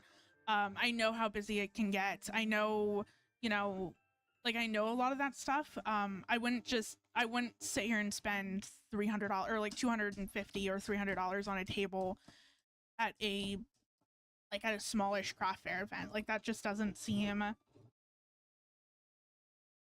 I can't stomach that unless I know for a fact, not necessarily know for a fact, but that there's a high chance I'm going to be able to make that money back. So it's that thing where, you know, if on a bad day, you know, I can make like $300, and on a good day I make $600, and I know that if the turnout is low, or if there's not as many people, like if the turnout's low, that I'll be able to make a good chunk of that money back, essentially. But yeah, and then spending all the money for all of the supplies that I need, so all of the paper, the ink, because I needed to buy new sticker paper twice. So like I used to buy all of my sticker paper via online labels, except that I've stopped doing that because the shipping price is astronomical. I've tried to kind of math it out, being like, oh, if I buy, you know, like say 50 sheets of sticker paper, would it still be worth the shipping, or would it be worth the shipping price, or is the shipping price still too much? And yeah, like it just, they use UPS, which has insane brokerage fees, because they're in Canada, or no, they're in the US and I'm in Canada. And so anything that goes across the border and they're shipping via UPS, UPS has insane brokerage fees. So basically UPS handles all of the customs paperwork and the customs declarations and all that stuff, and then they also have their own fee on top of it. And so to get sticker paper, to get like 100 sheets of sticker paper shipped to my house, it would cost like $80 for shipping. And so at that point I'm like, yeah, no, I'm not doing that. I'm going to try to find some sticker paper off of Amazon. And so I found this sticker paper that I use, except that when I first purchased it, it took a hot minute to arrive to my place. The shipping time on the listing is incorrect. I think what ends up happening is that it takes the whatchamacallit, the fastest shipping, and then puts that as like the correct shipping time, but it's not. So if I do like free shipping, it takes an extra week to a week and a half to arrive past the delivery date. And so I know when I first ordered this paper, it took a hot minute to arrive, and then I bought a different sticker paper that basically arrived overnight. And because I I had enough sticker paper left over to basically create all of the sticker sheets that I wanted, and then any of the other stickers that I needed to create as well for this craft fair, and then the two in August, or two in late August. But then I got notified that I got into the Pride event. And at that point, I'm like, ooh, I'm not going to have enough sticker paper left over to make all the new stickers that I need to make, and then also create more stock, because I'm like, I don't think 20 stickers of one of like my popular design is enough. Considering that the events, like, considering that I could potentially sell an additional, like, I could potentially sell, or at my first craft fair, I sold 4, and that was like technically a slow day. Like I could easily probably sell double, if not triple that on a good day. And so I'm like, yeah, I'm not going to be able to like, I'm like, I need more of that one particular design. And so I'm like, okay, well, I'm going to order this, or I didn't know if this sticker paper was going to arrive in time. Like it would arrive in time, but it wouldn't give me enough time to actually make all the stickers that I need and all the things that I needed to do. And so I bought the sticker paper that shipped overnight, and I used up the rest of this sticker paper and then switched over to the other sticker paper that I was using. Hold on. Like, while I'm telling the story, I should at least go through and work on stuff.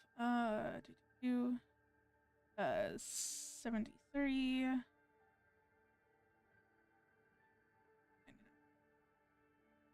Okay.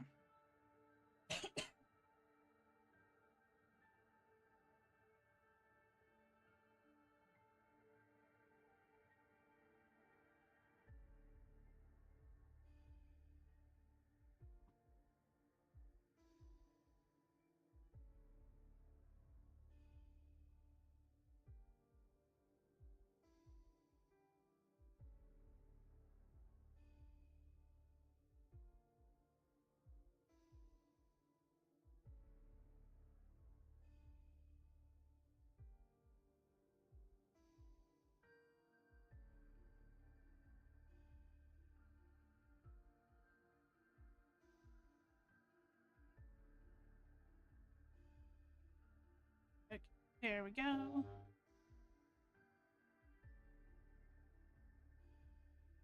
I can close all of these tabs. I no longer need them. Sometimes I find that Silhouette's program sometimes likes to freeze when I have a whole bunch of tabs open, which is definitely annoying when I'm working on several different things at the same time.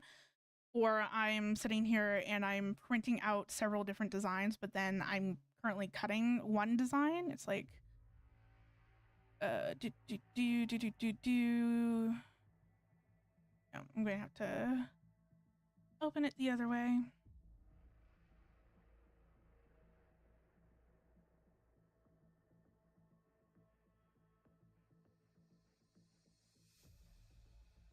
Also, I've put the sticker sheets into my sticker folder. I need to create another.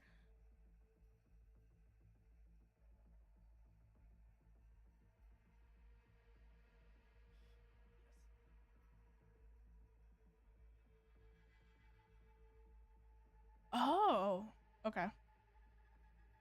Sorry, I came across a different. Okay, then I'm going to have to. I'm going to have to go through all this actually. At some points. And reorganize this stuff. Where are you?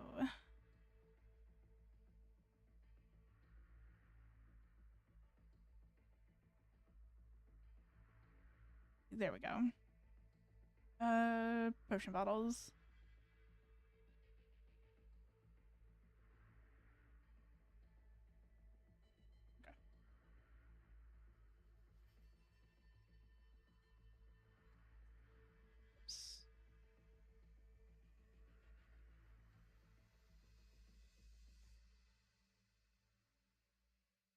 Why are you like this? Oh no.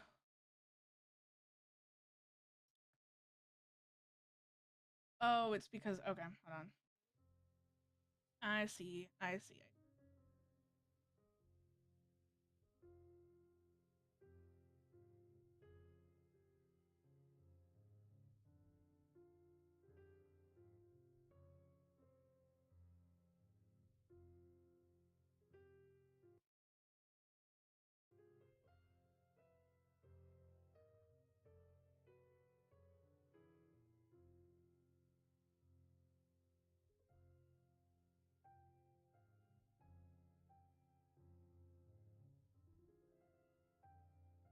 Okay. There we go. Sorry, I basically, what kind of got me confused there for a hot second is the fact that the way that I need to go through all of my sticker files, because over the years I've kind of changed how I've done my sticker files.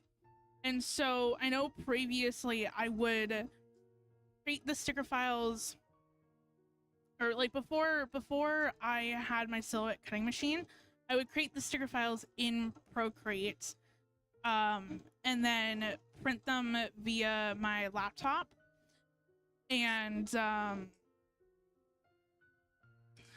whatchamacallit, and then cut them out by hand.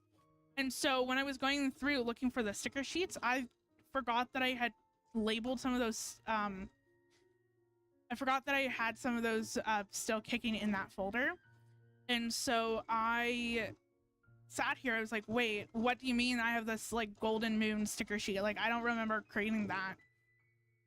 But it's literally just a file of like all of the stickers, not an actual sticker sheet. So that's fun.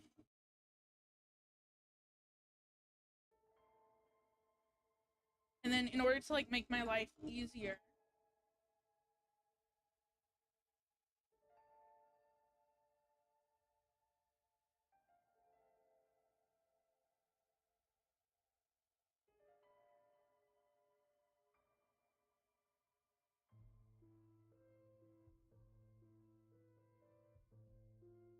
okay. And then to make my life easier, I group everything. I group like the stickers together, so that way then I can just click on this file and change the cuts, cut settings, and then I can click around the border, so that way then I can do the border settings. Whoops. God, thank God that was not my coffee. Okay. I had my tape, and my tape, my arm caught, or my hand caught the tape, and it kind of slid across the table there for a second. But my coffee is right beside it, and so my life kind of flashed before my eyes, being like, oh no, my coffee, don't spill my coffee. I don't want, A, I'm like, I have so many electronics around here, but B, I don't want to have to sit here and clean up coffee on stream. Okay. Change that 30, that to 7, and we good from here. Yeah.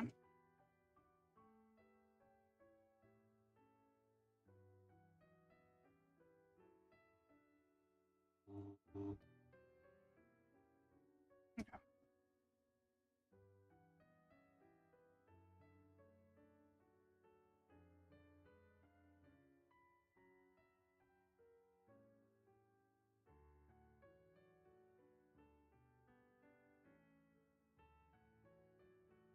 And I kind of just like dust some off a little bit, because for whatever reason, the sticker paper leaves kind of like paper dust around the edges of these stickers. So I kind of just like dusting it off just a little bit to kind of get as much of that kind of fine dust off. I know the last batch of sticker paper that I bought had that issue with like when I was cutting them die cut instead of kiss cut. Thankfully this round of sticker paper doesn't do that when I cut them as die cut stickers. Because because that's definitely annoying. I know that there's been a few sticker designs where I've kind of gone through and like recut or reprinted them out and recut them. Hey, how's it going? Just creating some sticker sheets and stuff for my craft fair. I have a craft fair this Friday, and then I was accepted as a vendor into my city's Pride events on August 2nd, so that's going to be really exciting. So I'm doing a lot of prep work for that.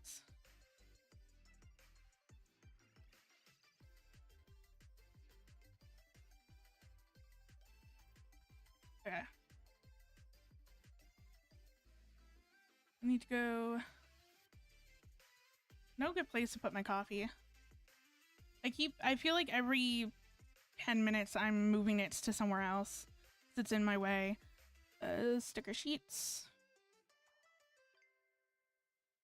Ocean bottles.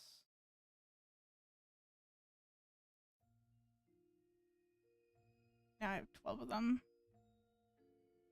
Save that document so then it doesn't, so that I don't lose my progress.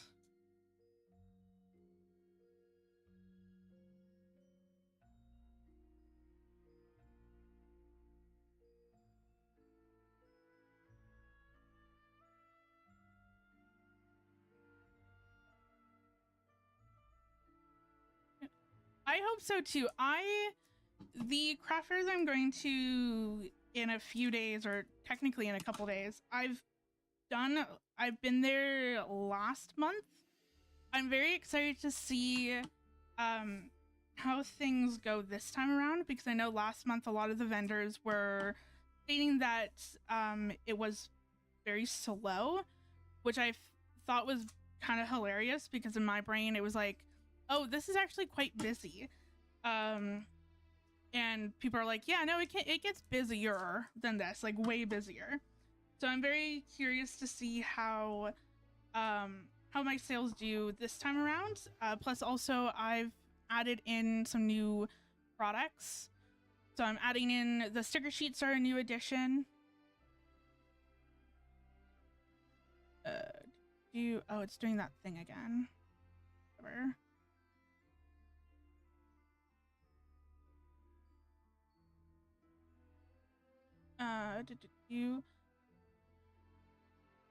And so I'm adding in the sticker sheets. I'm also adding in some mystery sticker packs as well.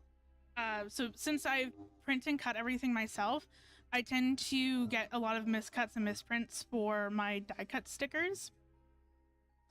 And so I make second chance mystery sticker packs with that. So people get 5 stickers for $13 Canadian, which is quite a good deal. And then I'm also introducing some keychains as well. So I know that at the craft fair last month, my stickers was the best thing that sold. So I'm curious to know if people will also gravitate towards my sticker sheets and the mystery sticker packs, or if it's just the die cut stickers that people are going to gravitate towards more this time around. And then the Pride event, I'm super duper excited for. I'm very, very nervous. I've gone to the Pride event before as just a regular attendee, but this is the first time that I'm going to be vendoring at it. It's like my city's big Pride event, so there's roughly going to be about 200,000 people, or they're quoting about 200,000 people. Obviously not all of those people are going to be at the vendors buying stuff, but it's still a good chunk of people. And then so yeah, so I don't necessarily have a lot of data to kind of figure out what products I should bring and how much.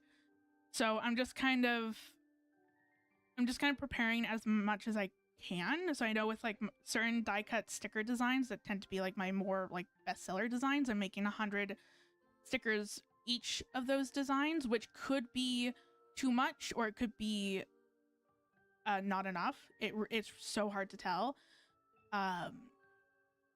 and then kind of working my way down from there. So like I know that there's like certain designs where I'll only have maybe 20 or 30 of them. But yeah.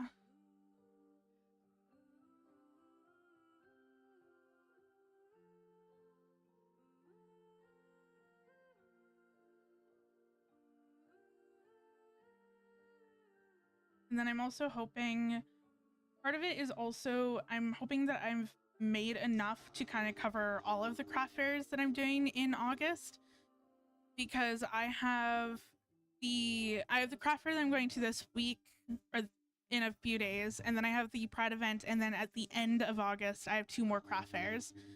So I'm hoping that I make enough stuff to essentially have for all of the craft fairs. So that way then I can kind of take a break from doing all this stuff, because it's been sitting at this desk and printing things out and cutting things have kind of just been my life for the last 2 or 3 weeks.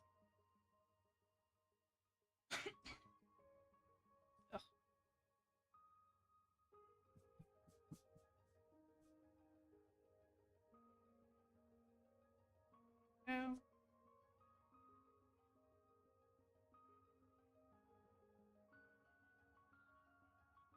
That is 4. And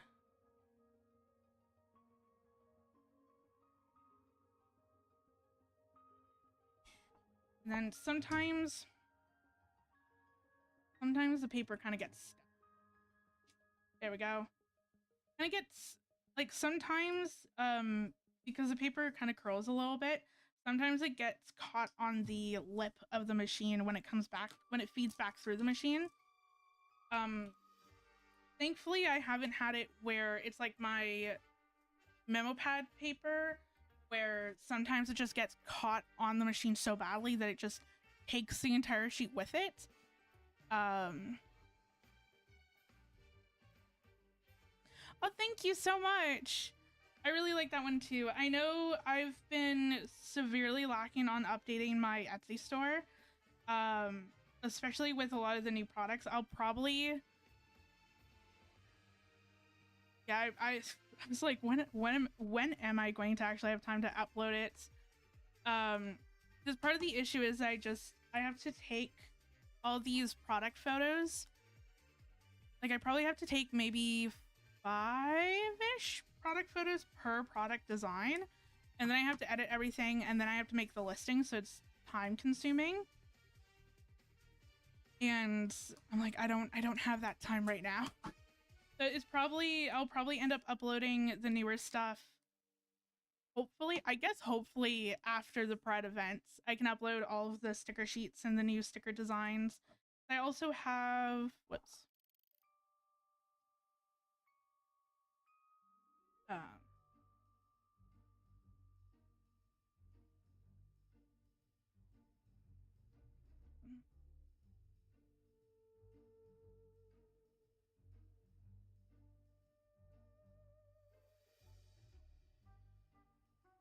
Here we go.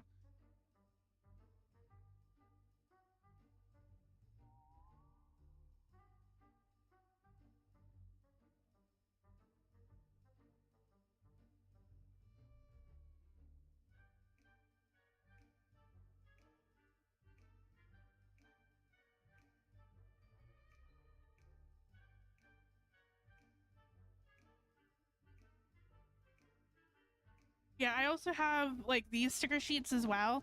I don't think that I have any of them printed. No, I don't. And then I also have so I have the lesbian moth one, or the lesbian monarch butterfly as a die cut sticker, and then also the rainbow monarch butterfly as well. And I have a few of these as die cut stickers. It's just that everything's like packed away so so nicely and neatly that I'm like, I don't really want to go through all the stickers and pull each of them out. Oh wait, actually,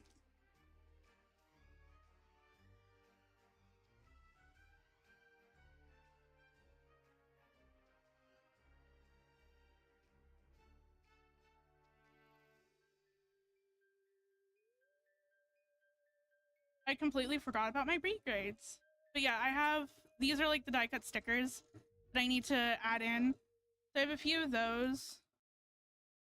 And then like even as like these ones that I need to add in. And I even have like potion bottles that I have to do too. And then I also just got in some keychains. So these are new. This is like the first time that I ever got anything manufactured. Etsy is pretty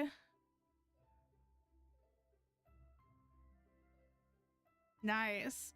Etsy is pretty easy-ish to use. You just add it, essentially, I believe that you create an account with Etsy and then you can add it to your cart and then you can check out from there using any credit card provider that you want.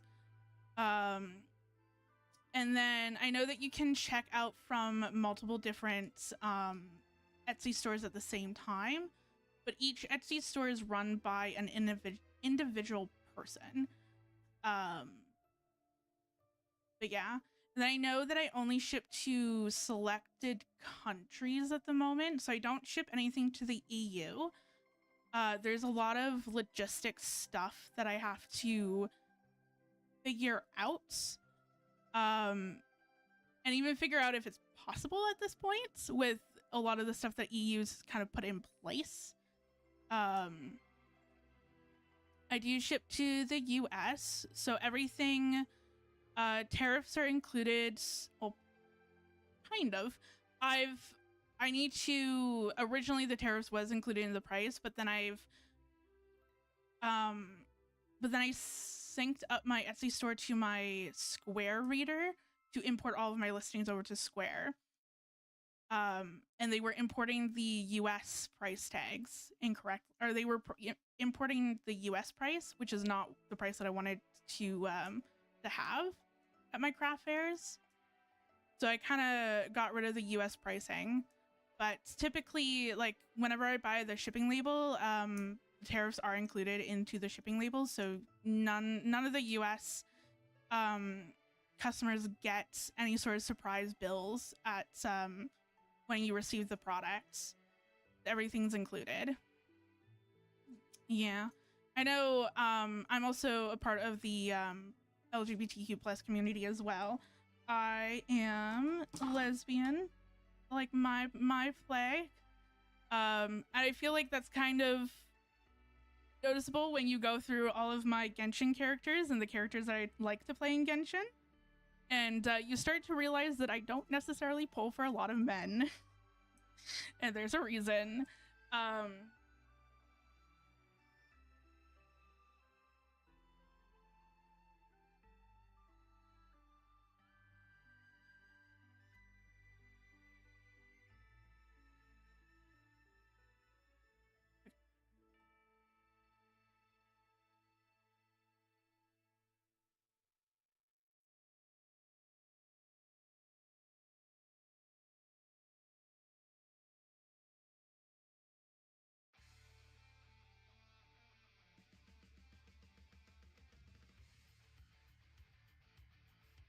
Oh. Sorry, I swapped to Spotify because I was like, wait a moment. I was like, did one of my other songs start to play and this isn't actually the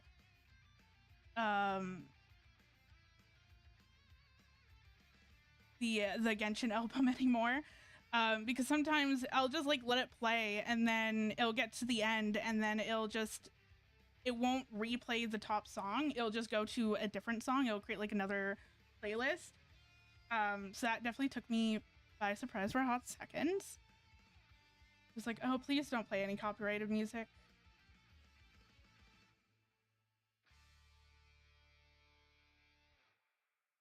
There we go. And yeah, it's hard where like I'm from Canada, so it's I know tensions between the US and Canada are quite high at the moment, especially with Trump threatening, I guess, 50% additional tariffs on Canada for whatever reason. Because you know, it's yeah, I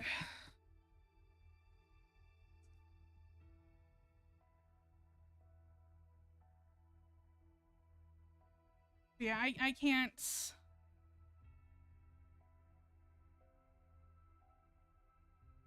Oh, that, yeah. That is definitely,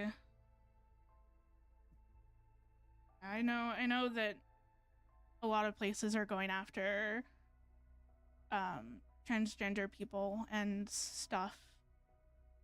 It's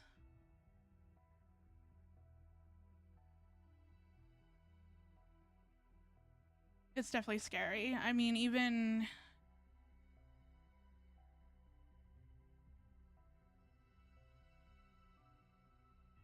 like, I'm like, it's that thing where, I mean, I'm very grateful that I'm in Canada right now, and it's and that we chose the correct politician, because I know when we had our election, it was heart stopping there for some time, being like, are people actually going to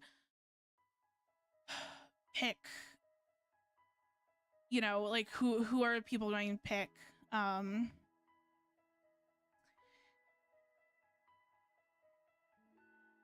I know, like, even I, like, my mom and like, some, or more, like, some of my family swings more conservative, which is, I guess it's basically equivalent to Republican, just not as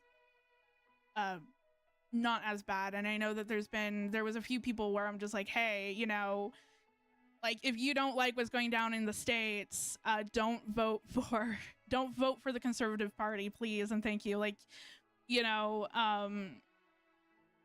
like just this once, you know, just we're all, it's like a ride or die situation. But yeah, it's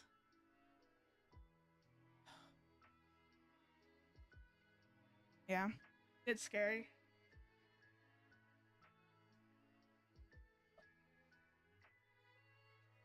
Oh,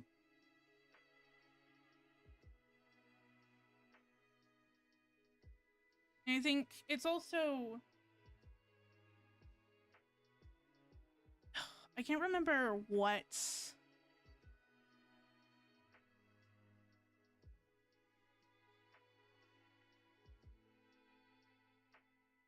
like, I remember, like, watching a TV show that was, like, from the early 2000s, or like 2010s, I think, at some point. And it's so interesting, the tone shift that has happened over the last 20 years. Like, I feel like it's so crazy, where I feel like so many of the early 2000 and 2010 shows were a lot more progressive than the types of shows that we're seeing now. I can't remember what,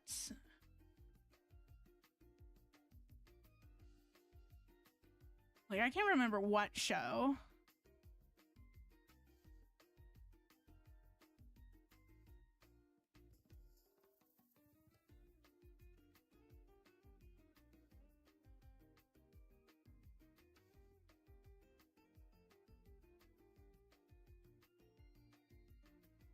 Yeah, it's definitely, I mean, oh, Texas is definitely not pride friendly. I know in Canada we have, like, Alberta, which is, I don't necessarily think, from what I've heard, it's not as bad as Texas, but it is definitely not the greatest place to be if you're part of the pride community. So yeah, I know. Yeah, it's It's scary times. Okay.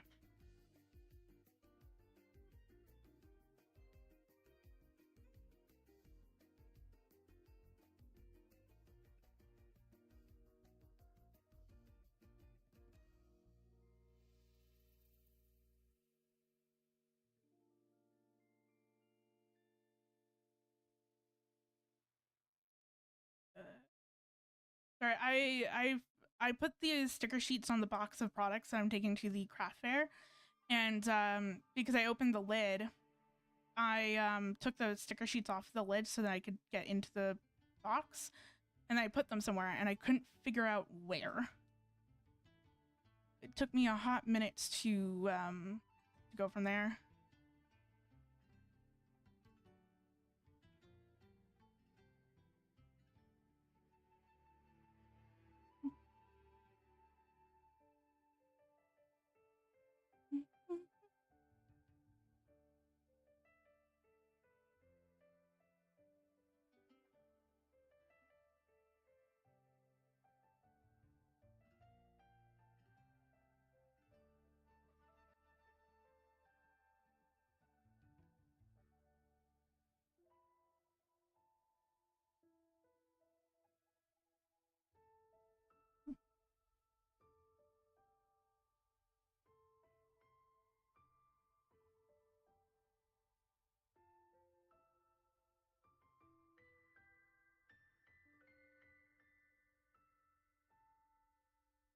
There we go.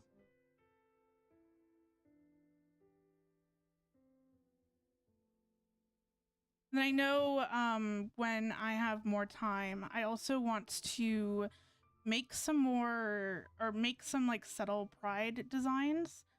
Um just for, you know, the people that can't have openly pride stuff out and about. Having some stuff that's more subtle is so important as well. I know. Okay. I also know that I want to, like, it's so hard where I want to also incorporate as many of the pride flags that I can as possible. Um, because I think I want to be as inclusive as I can be. I know that it's hard where there's only so much space that I can have on my booth, and even if I have like 2 or even 3 designs,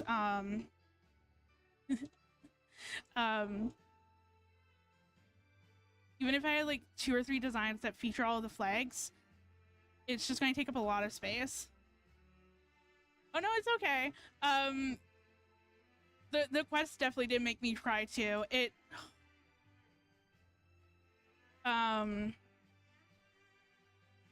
are you, sorry, just double checking, are you talking about the moon quest, or are you talking about the event quest? Because the moon quest, I don't think made me cry at any point, but the event quest made me sob for hot seconds. Yeah, it's it also hit home like very hard for me. Okay, yeah, that one, I mean,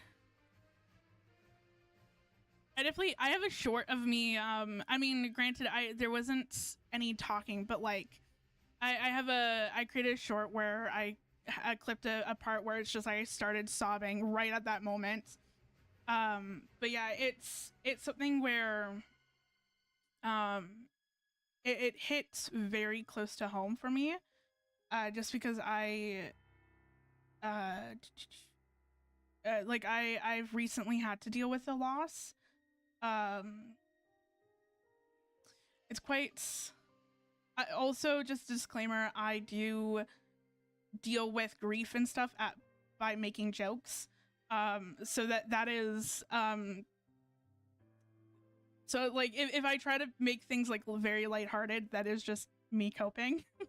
um I know sometimes people are just like, oh, that's so insensitive. I'm like, I don't mean to be. Or it's like, oh, you're, you know, like, oh, this is like a traumatic event, but you're laughing about it. Like, that is correct. But yeah, it's quite, ironic because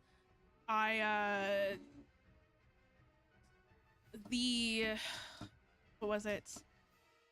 At the start of, the start of June,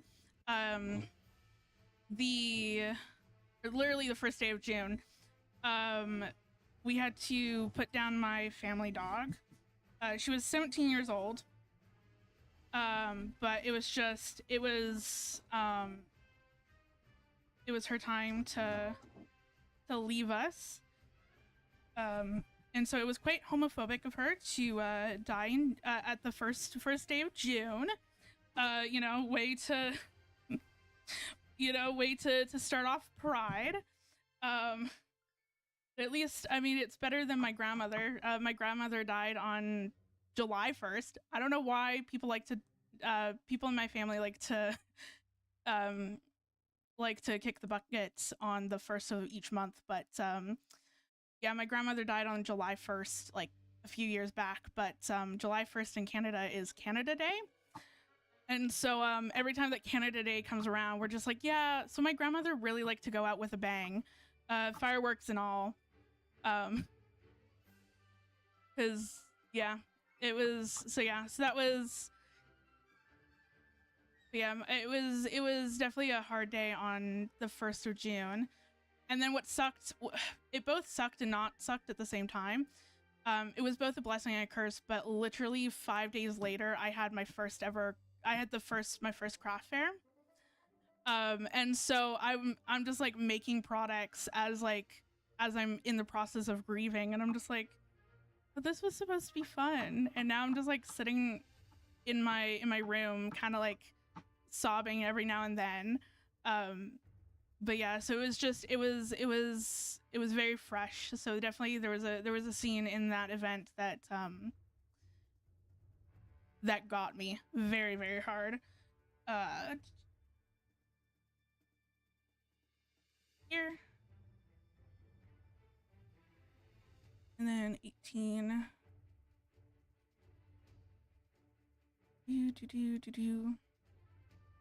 But yeah, it was a very good quest.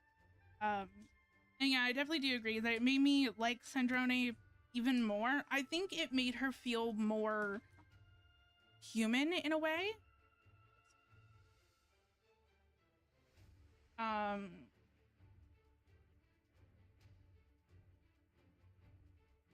Where I think before it was, she kind of came off as more of a, I guess like a snot-nosed brat almost, in a way. Or like,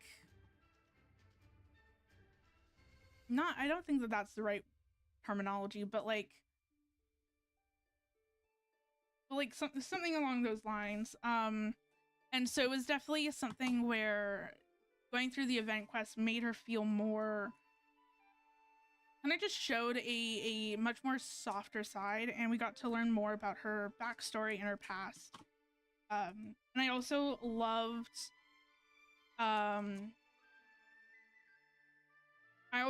the scenes between Colabina and Sandrone.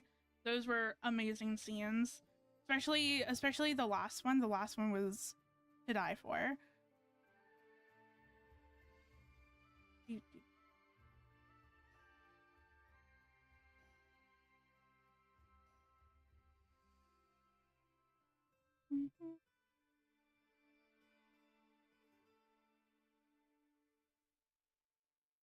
That is.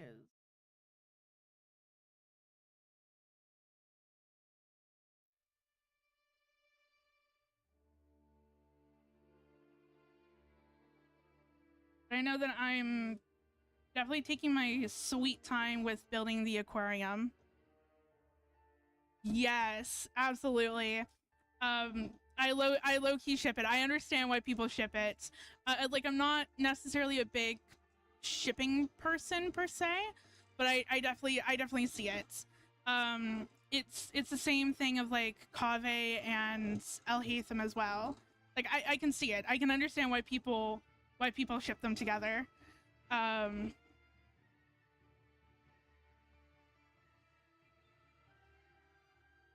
but yeah, it's taken me a little bit of time to get through building up the aquarium. It's a long event. Um, I feel like they had the event planned for 6.8 and then they kind of just decided not to do 6.8. And so they kind of just merged the moon exploration and then the events together, because I feel like the event would have sufficed for an entire patch without extra exploration.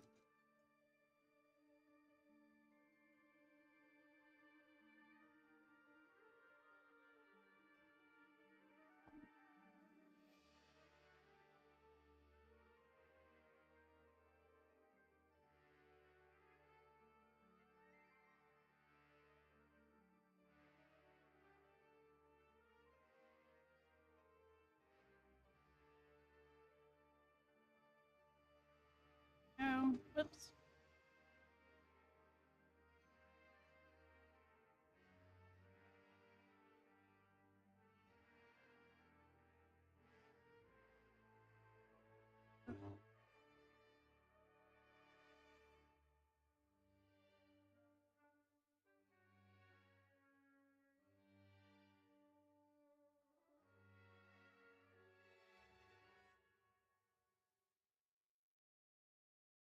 One more sticker sheet and then I can move on to doing my memo pads and my notepads.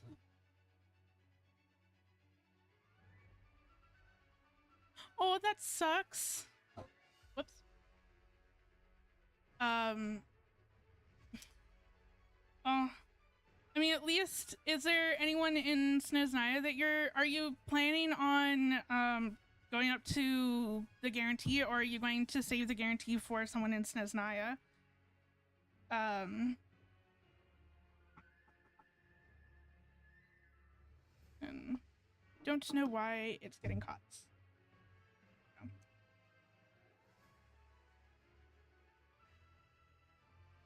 Yeah, they're definitely planning on diving right into the new region.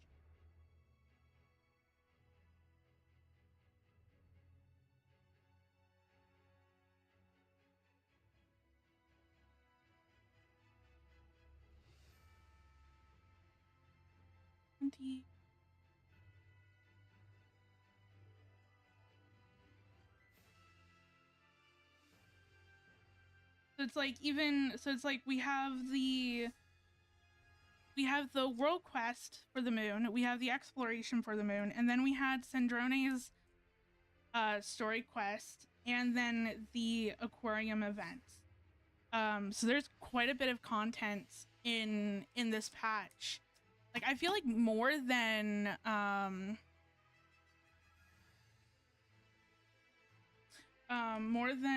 normal, which makes me feel like they probably had it planned for 6.8 and then decided to scrap 6.8 altogether.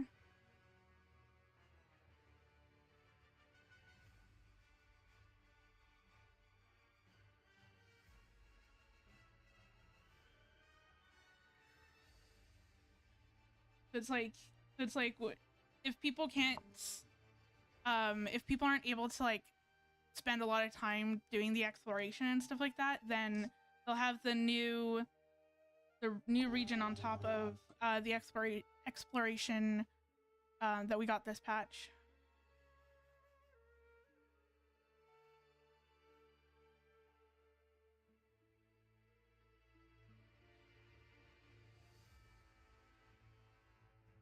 Good.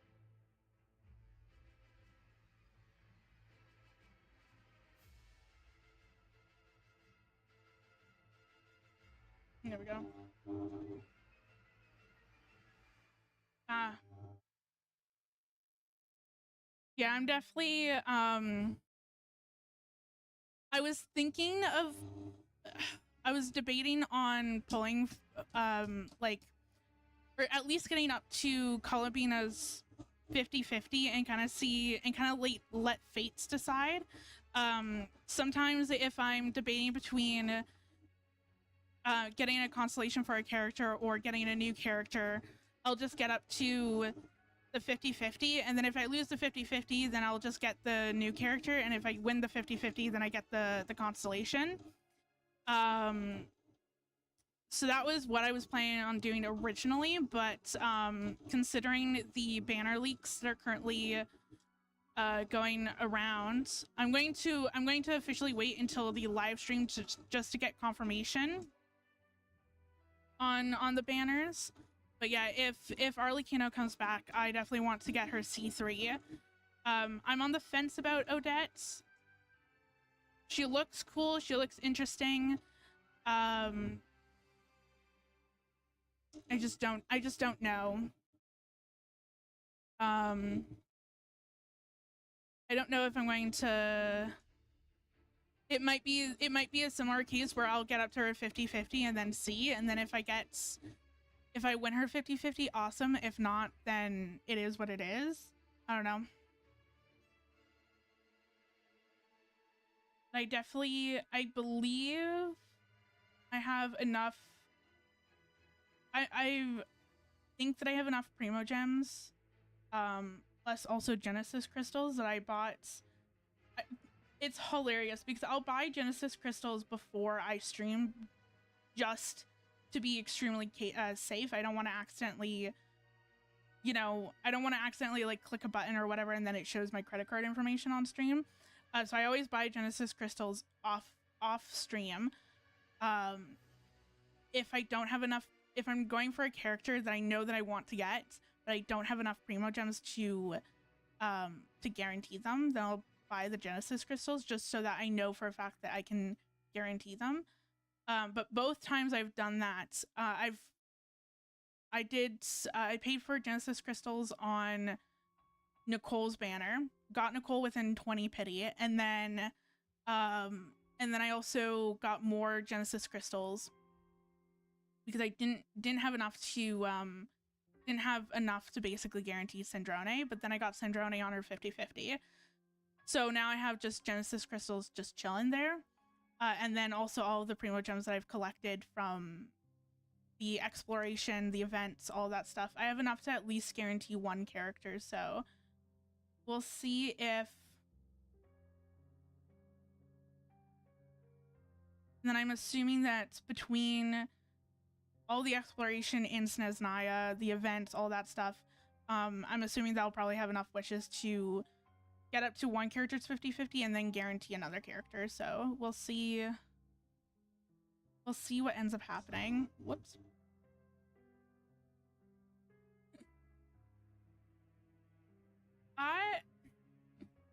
It's yes and no. It's that thing where I think that this is both Nicole and Sandrone's, like the getting the Genesis crystals for both of those characters. I think was the first time that I actually bought Genesis crystals this year. Or I think I may have bought Genesis crystals once before. So I still have my first time buy rewards, which is also part of the reason why I did it. Because part of me is just like, they're going to reset with Genshin's anniversary. So I'm like, if I'm going to buy Genesis crystals, I might as well buy Genesis crystals now, get the first time buy rewards, and then when they reset for the anniversary, then I have the first time buy rewards again. That's like the only reason. But yeah, I've done pretty well in terms of spending on Genshin. I mostly just buy the battle pass at this point. I don't even buy the Welkin, which I feel like I should if I'm logging in all the time. But yeah, I was really bad when I first started playing Genshin. I don't even want to know how much money I've spent on the game. It's yeah.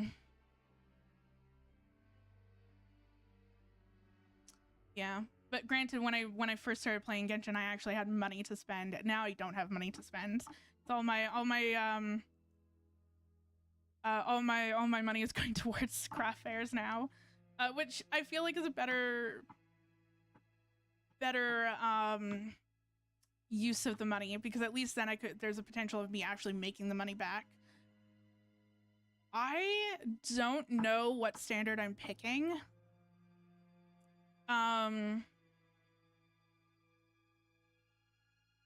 I think it's either I'm picking Diluc or Jean, because those two have the highest constellation, and then once I get constellation 6 and I pull for extra, if I pull for any other copies of them, I'll get the I think it's called Stellar Fortuna, but like the elixir that allows you to upgrade your characters past level 90. If there is a standard banner character that I don't have, which I don't think is the case at this point, then I'll just pick whatever standard banner characters I don't have, because most of them I don't typically play any of the standard banner characters. So just kind of like, okay, what ones do I not have? I guess Chi-Chi would probably be a better constellation too. Now with the Stellar Conduct as well. So I guess my options is either Diluc, Jean, or Chi-Chi. Or if there's, for whatever reason, is a new standard banner that comes out with the pick.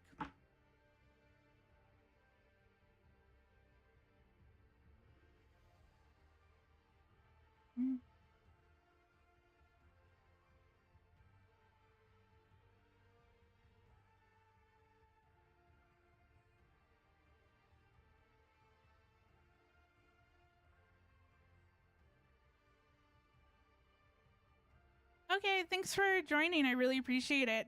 I hope you have a good time at work. Yeah. I was like, what am I doing?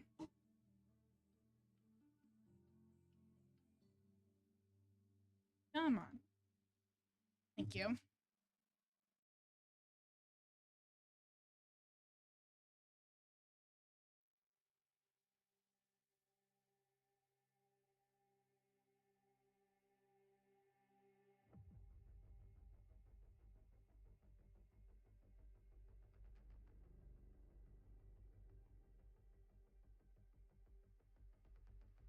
Okay, now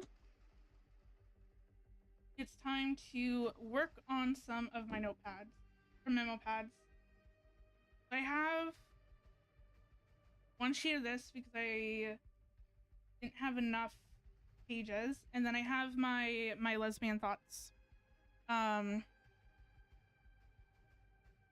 thing. Oh no, it's okay. Like, I'm fine with talking about Genshin on non-Genshin days. I mean, I'm listening to Genshin music right now, so it's that thing where one, I have so many hobbies. The curse of having ADHD. But yeah, I have so many hobbies, and then also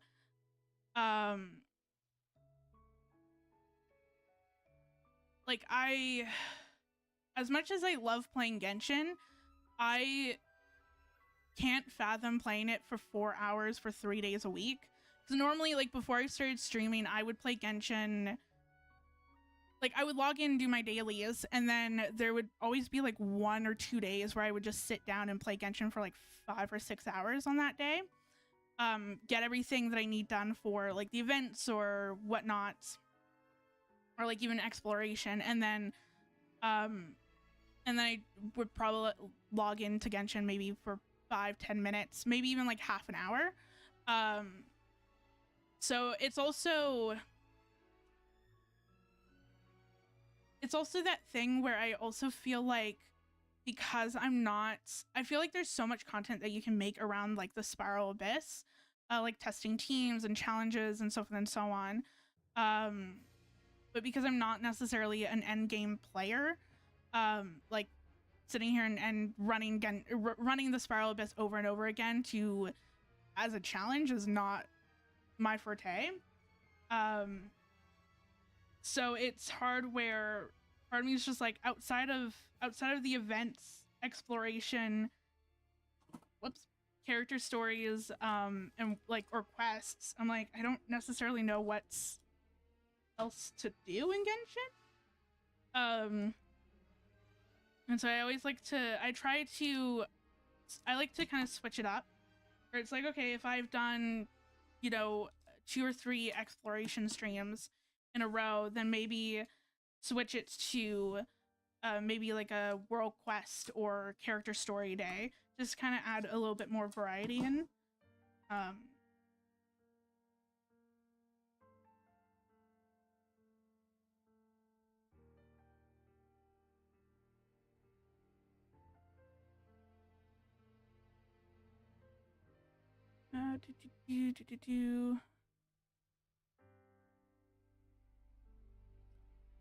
Now I need to open up these files. Where are they?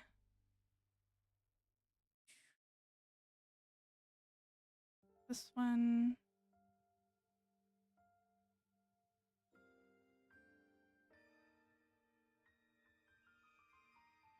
What?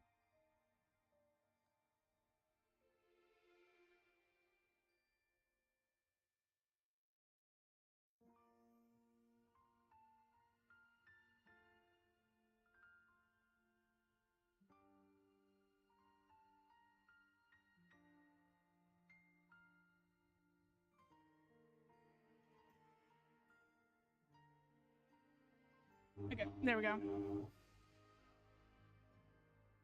Yeah, I also I saw like last night I saw Genshin on YouTube post the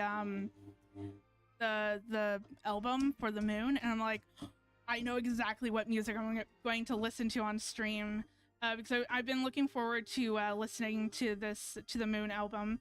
So when exploring the moon, I love the music. I can definitely speed this up a little bit next time.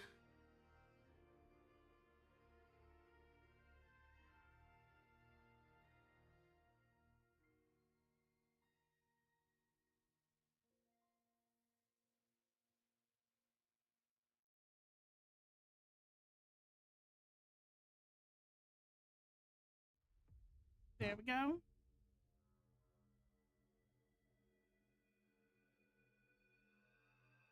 Definitely chose the incorrect settings for this. I think I only need a second.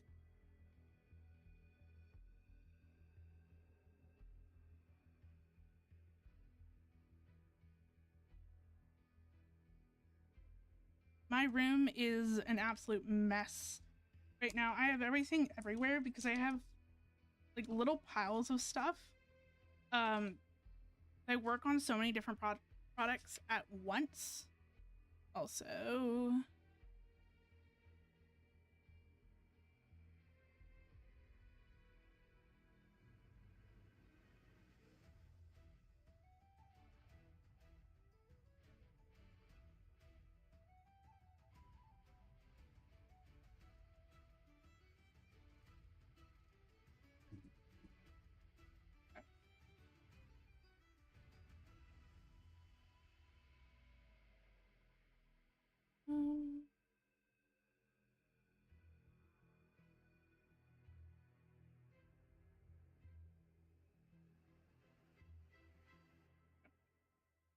case in point, I'm like, I don't want this pile of paper here. I'm like, I don't know where to put it. All of my surfaces are covered in products. Cause like I'll,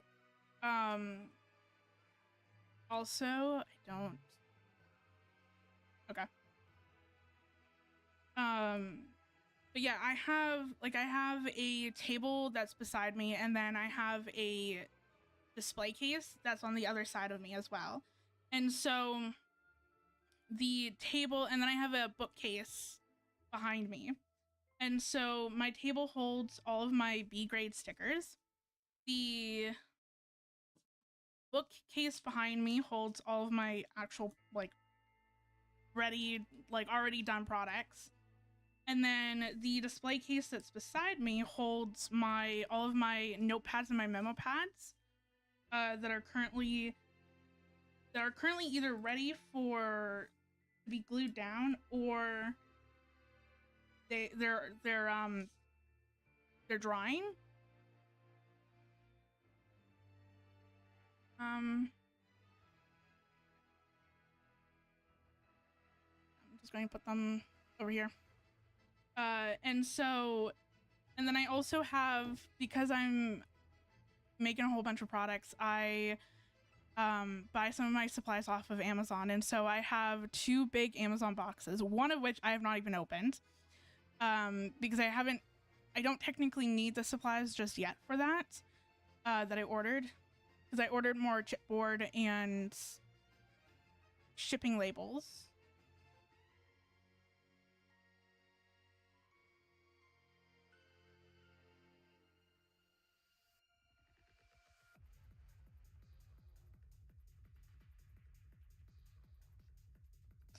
Fuck.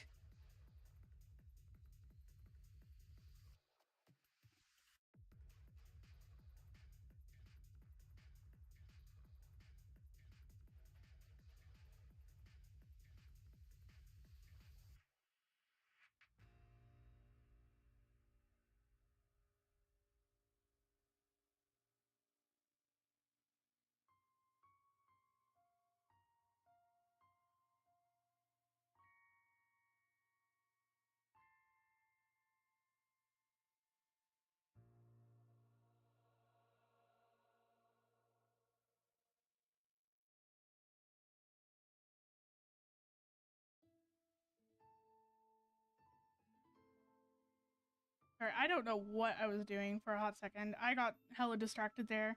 What am I? I can probably turn it up to 7.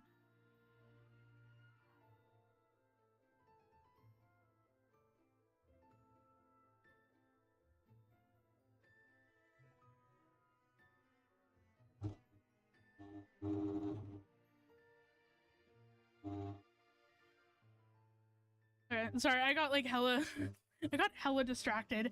I don't know why, like I feel like I was looking at my phone for some sort of reason. And then I can't remember exactly what the reason was why I wanted to look at my phone.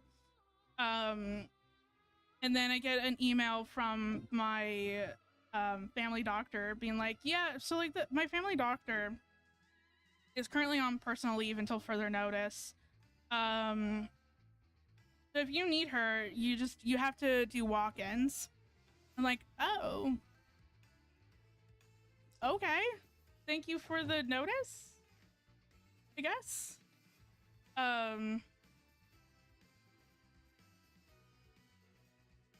Yeah, but it's also, I guess, like, my reaction was just like, what the fuck? Because I know that there's been,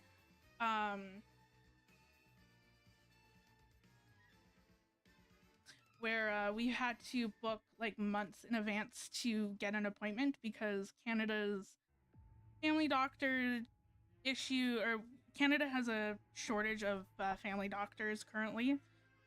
So yeah, so it was fun. Oh, I think maybe I was looking to see if I got any notifications for the actual craft fair event. I do. I get it's actually, it would be worse, because it's like I have ADHD, and so I get sidetracked very easily, but I'm also medicated and I had coffee today. So if I wasn't medicated, it would have been, it's a lot worse, where I get very sidetracked very easily. It's also that thing where I'm doing like 5 different things all at the same time. and which makes it a lot harder too.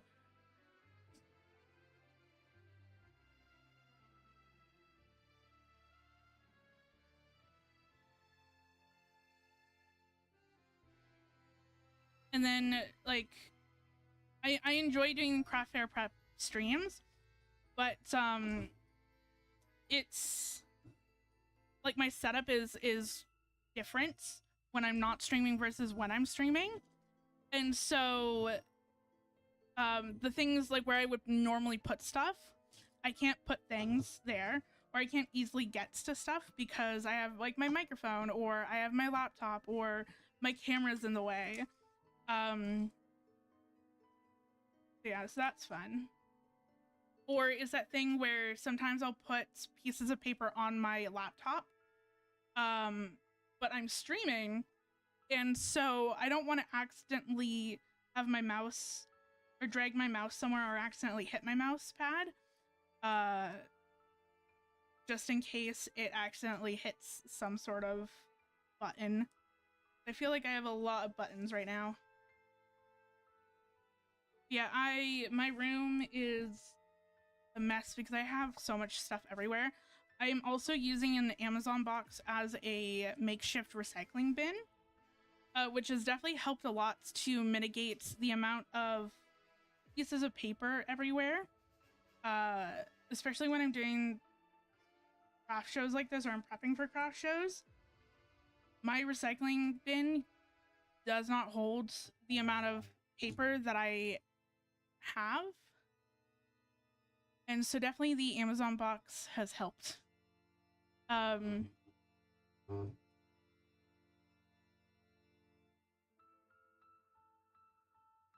Yeah, and it's that thing where, like, I've cleaned up my room multiple times because it just gets to the point where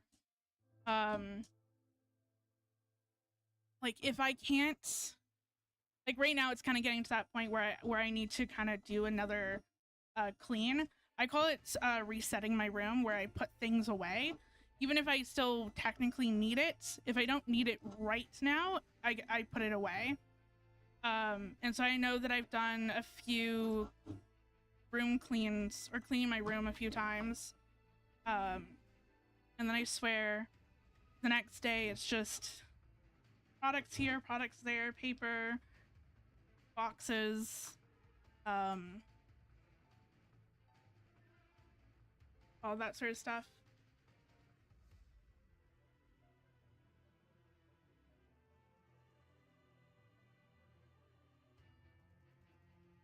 I feel like it's definitely a bit better than before, or like before recently, because I've kind of sectioned out the products I'm going to be taking for this craft fair, and then the products I'm going to be taking for the Pride Parade, because for this craft fair I don't need to bring everything, because that's going to be very excessive. So I'm just kind of bringing the necessities of what I need.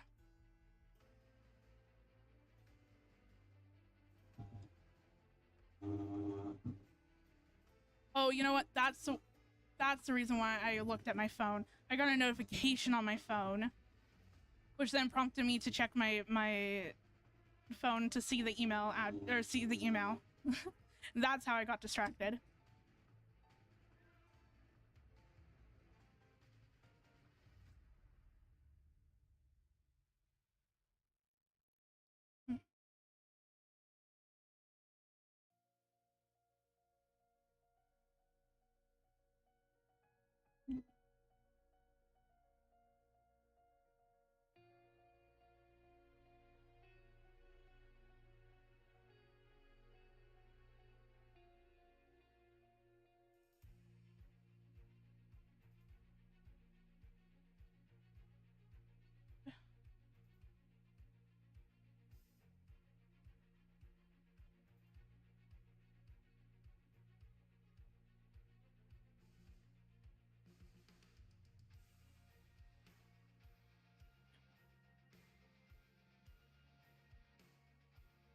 once this album's done, I'll probably switch it to Nod Cry music, kind of keep it in theme. There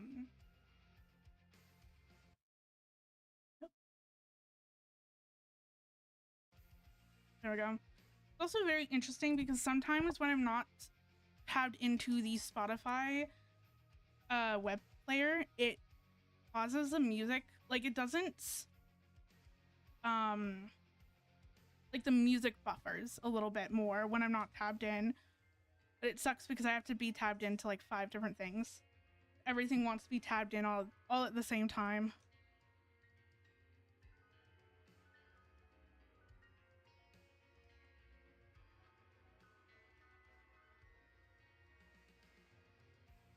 And I know the next thing that I still need to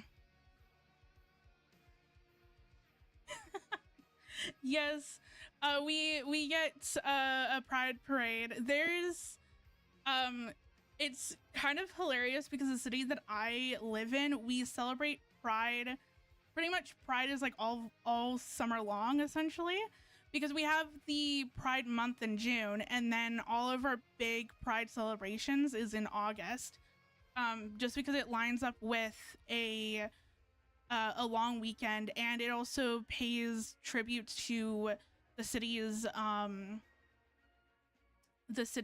LGBTQ plus history. So yeah, it's the large, like, the one that I'm going to is the large, like the main city's pride parade. And then I know that throughout my area there's local pride events as well that goes on, both in June and in August. So I know I have a few like parks around me as well. And so those oftentimes get some pride celebrations too. Definitely next year, I want to be a little bit more on top of applying to be a vendor at the pride events. It was hard where I felt like a lot of the pride events, they didn't necessarily advertise that they were accepting vendors. So I wasn't sure when I had to apply, or if the spots were already filled up. I also know that there's another pride event that I was thinking of applying to, or there was 2 other ones that I was thinking of applying to. It's just that when the applications opened, I hadn't done my first craft fair, and it felt kind of overwhelming.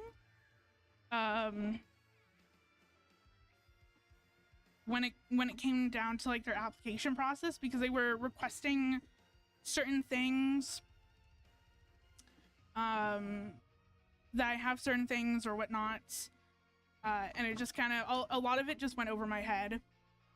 So I know that there was a few that I just didn't apply to, that will probably apply to next year. Also, I'll be right back.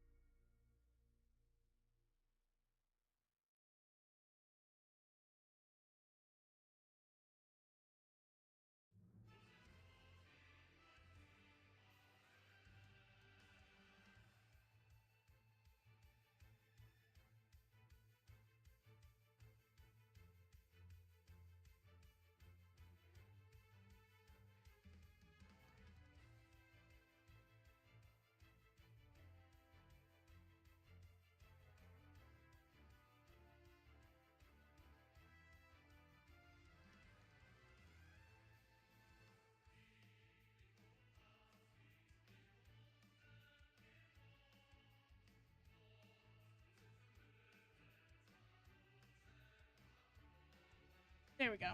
I'm back. Uh,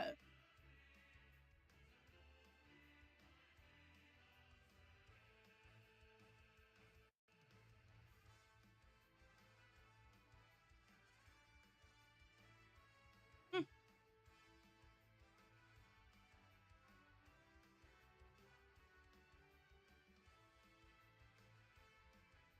Okay, sounds good. Thank you for joining. I really appreciate it. Me? Ugh.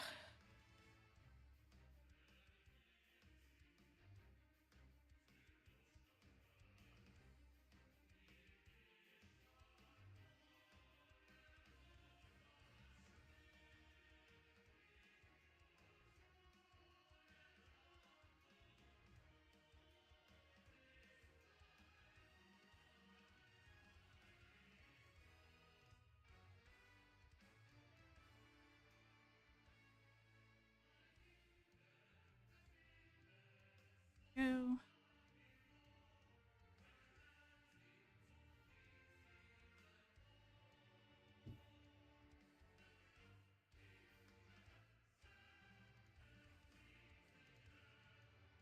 This is a very interesting song. Like, I don't love it, but I don't hate it at the same time. It's very interesting. But yeah, there's 4 more songs left over. Before I switch it to more not cry music.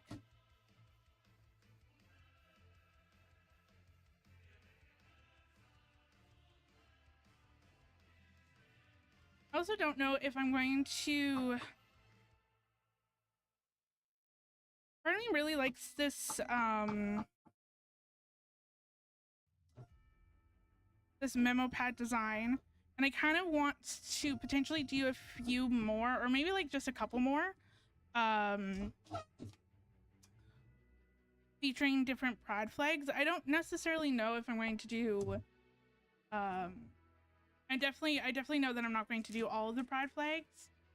But I was thinking of creating one memo pad featuring the pansexual pride flag, and then having at the top being like pan planning or something like that.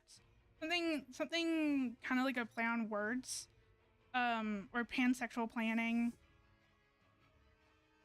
Something to that degree. I don't know. I don't know. Part of me is like, it feels weird that I only have like a select amount of pride flags as memo pads, but also my memo pads don't typically sell that well. So, I don't know. I know that I have a rainbow design, so I just kind of wanted to add in a little bit more pride stuff in terms of my memo pads and my notepads, because I feel like those kind of products are kind of lacking in pride stuff. I feel like everything else has a decent amount of stuff, except for my memo pads and my notepads. And I think next week I'm probably going to work on my bookmarks. So I've stocked up my stickers. I've stocked my sticker sheets.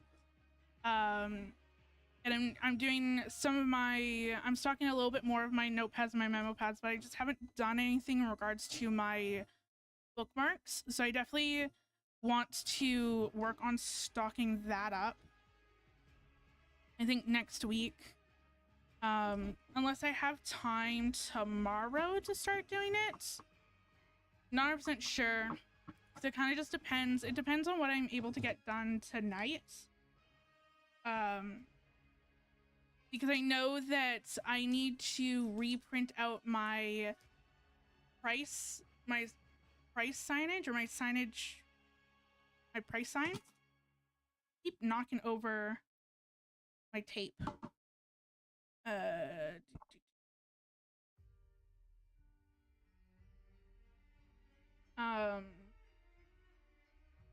yeah, I need to redo my price signs.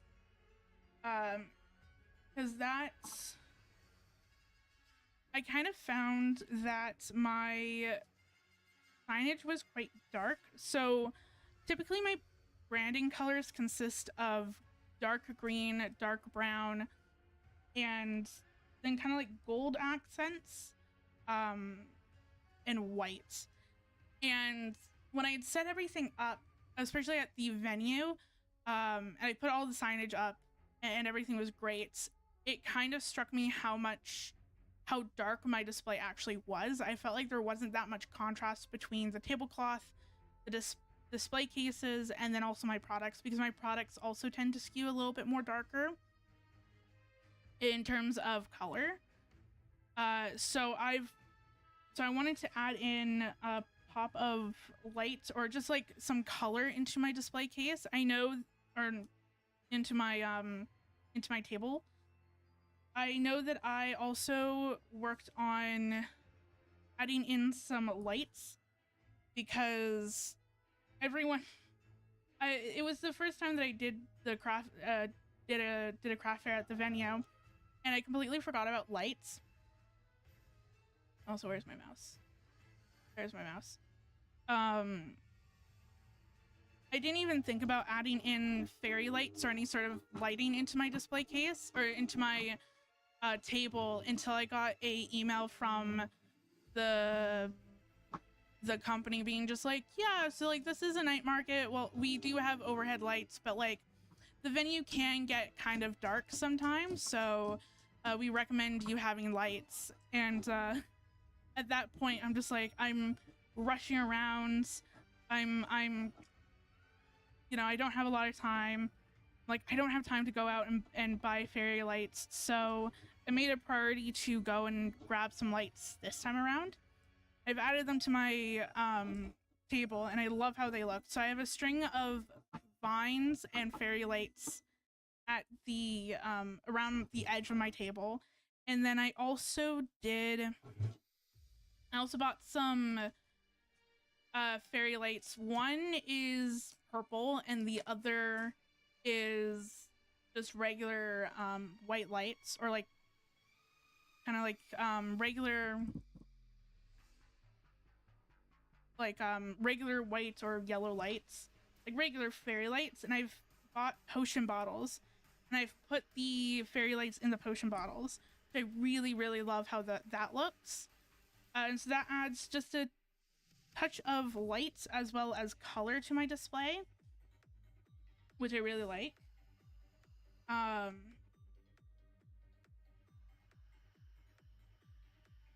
So I think I'm just going to switch it to the Nacry album at this point, because it's like there's this song which I'm not really vibing with, and then there's one more song. You know what? Let's just switch to Nacry.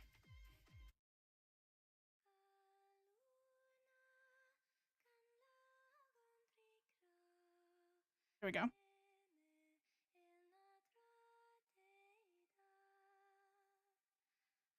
Yeah, so then I also wanted to add in I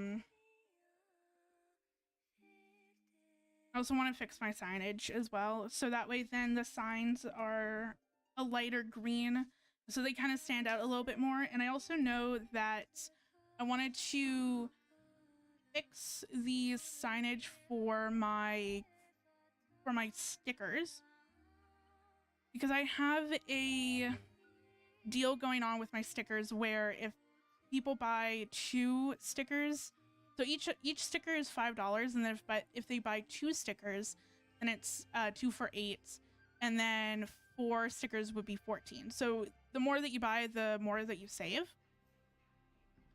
which I really like. But I had the 2 for $8 or 4 for $14, and I know that a few people had asked, being like, is this for both display cases for stickers? Which in my brain I was like, I feel like that was obvious, but apparently it wasn't, which I can definitely see. I can definitely understand where people can kind of get confused on it, especially because I have my Pride stickers, and then I have my regular stickers, or I have my Pride stickers on one display case, and then I have my regular stickers on another display case. So I feel like it makes sense where people were kind of confused on if it was just for one display case versus the other. So I want to just have one signage that just says like stickers for $5, or buy 2 stickers for $8, or 4 for $14, all on one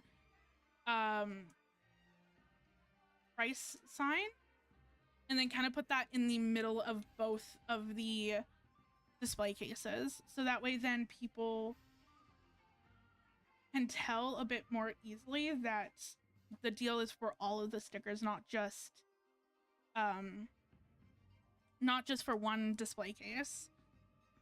And then I know with the sticker sheets, I'm also going to have a similar deal. So the sticker sheets are $8, and then I'm going to have a deal going on for 2 for $12. I don't necessarily think that I want to have a deal for 4. I mean, maybe I will. I don't know. But I feel like part of it's just like, you know what? Maybe I will. I don't know. Part of me is just like, I feel like more people are going to buy 4 die cut stickers more than 4 sticker sheets. But it also, I think it depends on if I add in any more sticker sheet designs, because currently right now I have only 4 sticker sheet designs. So then if I have 4, like if I have a deal for 4 stickers or sticker sheet, if I have a deal going on where if someone buys like 4 sticker sheets, it's like a X amount of dollars, then there could be more people that would be like, oh, there's 4 sticker sheets. I can buy all 4 for a discounted price, or they can just buy 4 of one sticker design or sticker sheet design. But I feel like if I only have the 4 sticker designs or sticker sheet designs, then I'll probably end up doing the buy 4 for X amount of dollars. I'm not 100% sure what that would consist of, because I would have to do math and figure out what discounted price I would put it as. But I feel like if I have more designs, like if I'm able to do the constellation design that I have, or constellation sticker sheet design, and if I'm able to rework my autumn vibe design that features like mushrooms and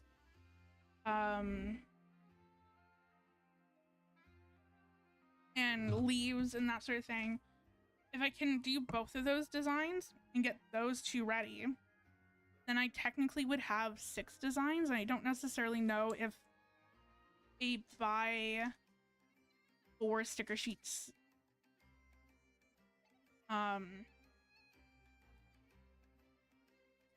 would necessarily make sense, or if I should just stick with the buy 2. It was also that thing where not a lot of people bought 4 stickers.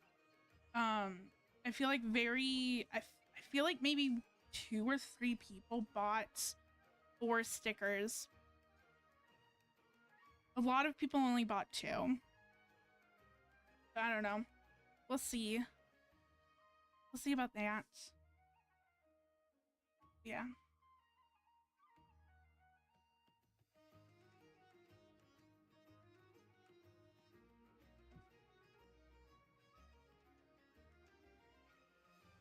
And I think that that's essentially it. I know, so it's like there's the price signs that I have to do. And then I also know that I have the keychains, and so I'm going to create, I've kind of created 2 out of the 3 keychain backing card designs. So I just need to finish creating the last backing card design for the Pride Monarch Butterfly keychain that I have. Then I need to print all those out, and then cut them all out. And I need to also figure out how I'm going to attach them. I'm thinking of potentially attaching, having 2 holes in at the top and then attaching like a little twist tie around the keychain, like the keychain holder, so that way then people can see the top of the keychain and then the keychain design.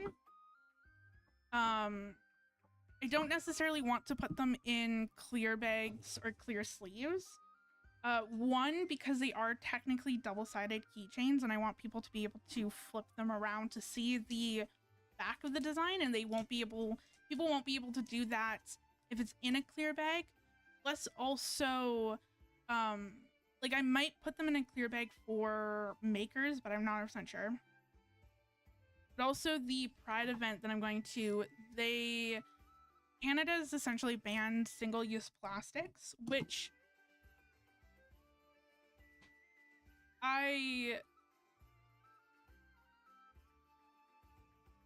here's the thing. I don't mind. I don't mind them banning single-use plastics, in all honesties. I think, you know, whatever can help the environment and the planet and so forth and so on. The thing that makes me angry is that I'm like, okay, cool, we can't use single-use plastics, like us as regular old people and consumers, but companies still can, you know? Like, I mean, give or take, I feel like companies are getting better. Like, part of me is like, I feel like companies are getting better with the single-use plastic stuff, but then I feel like companies have kind of just moved on to a different way to screw over our planets, instead of just plastic. But yeah, I feel like a lot of companies packaging, I mean, I got the Amazon order, you know, earlier today, and like everything was wrapped in single-use plastic. So it's like, companies can use single-use plastic, but like regular old Canadians can't. And I also feel like there's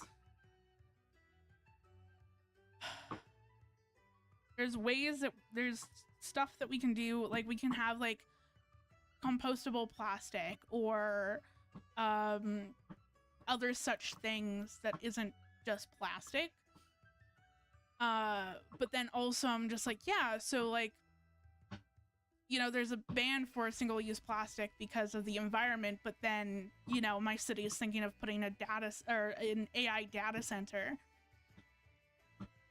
in, and I'm just like, okay, great, fantastic. So like, we can't use single-use plastic because of the environment, but these giant tech companies can sit here and build AI data centers, use a crap ton of electricity and fresh water supplies, get government-sponsored grants in order to do this, or governments get the government's permission to do all this. But yes, single-use plastic is bad.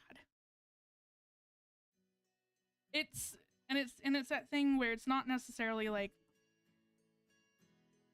it's you know, as my mom always says, two wrongs don't make a right.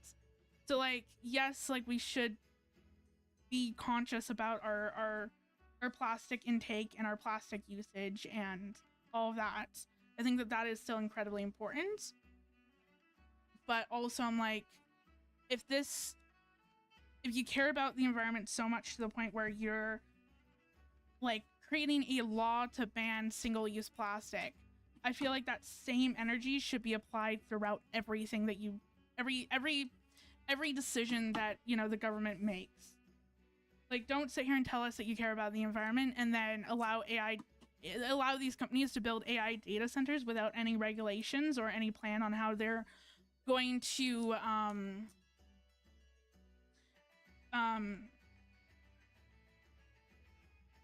how they're going to use the energy, or like how they're going to keep the cost of, or keep energy costs low, or the amount of energy that they're going to use is low. Like, you know, don't, like, that's more of my thing. Keep the same energy regardless of whatever it is. and whoever it is too. But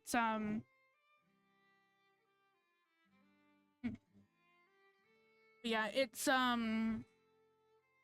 yeah, so I can't have any like single-use plastic, so I'm trying to figure out how to package things without using any of my clear bags. It is definitely something that I want to start being a little bit more conscious of. So I know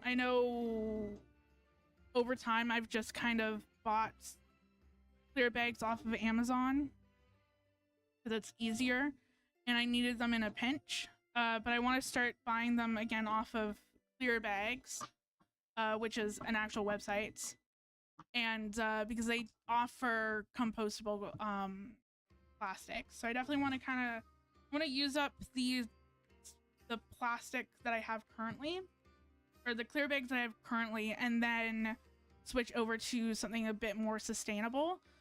But I know that I wrap all of my memo pads in clear bags and all of my notepads in clear bags just to kind of keep them in pristine condition. Because I know that sometimes when people pick them up and they put them back down into the display cases, sometimes pages will get caught on the shelving and then kind of get wedged in between different shelves, and then that'll make the page, or that'll cause the page or the first page to curl. And so by putting them in plastic, it prevents that. It keeps all the pages self-contained, and so then they don't get bent. But yeah.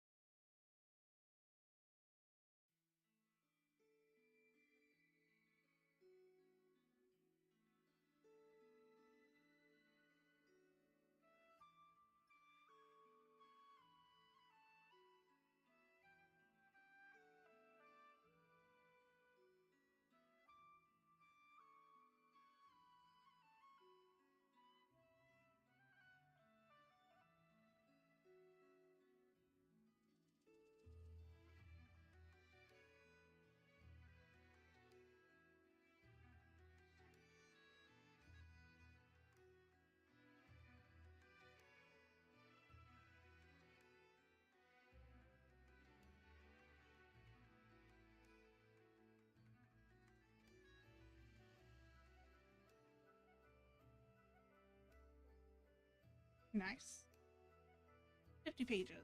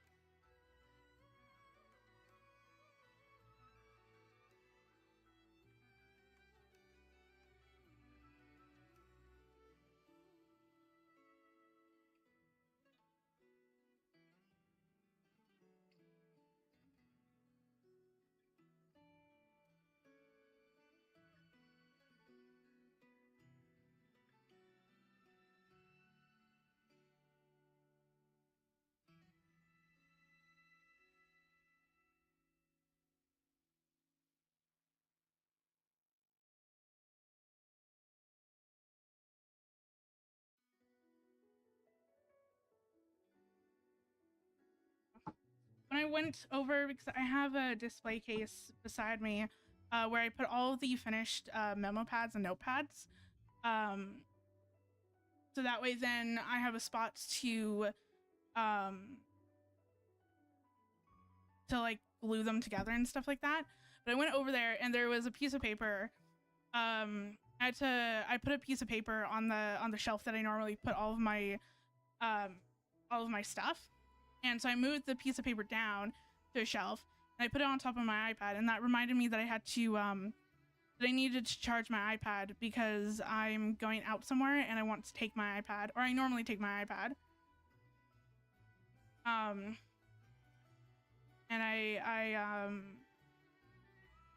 And so I'll work on some of the other sticker sheets that I'm hoping that I could potentially get done and added in.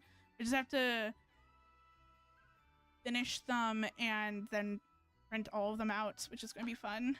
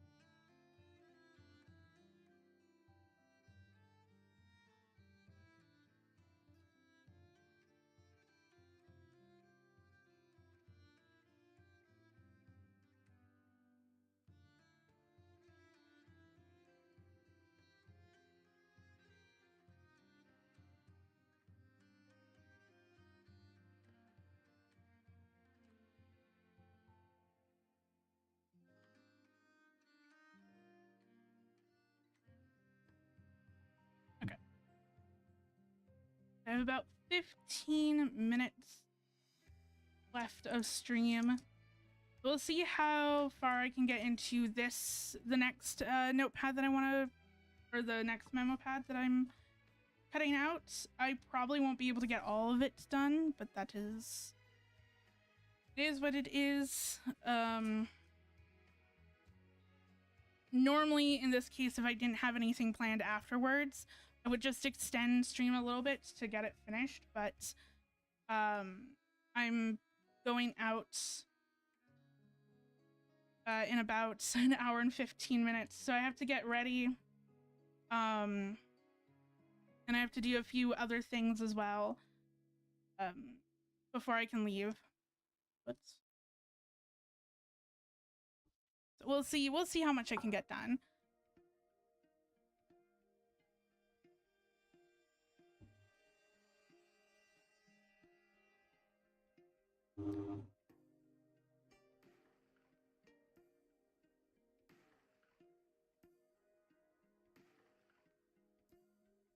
Yeah.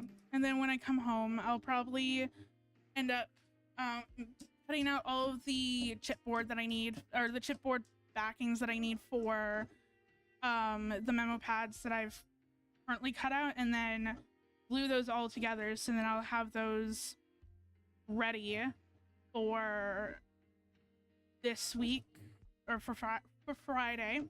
But especially this design, I think I only have 1 or 2 that I'm taking to the craft fair, which is, I think, fine for this current one, but I definitely want a hell of a lot more for Pride. It is a Pride design.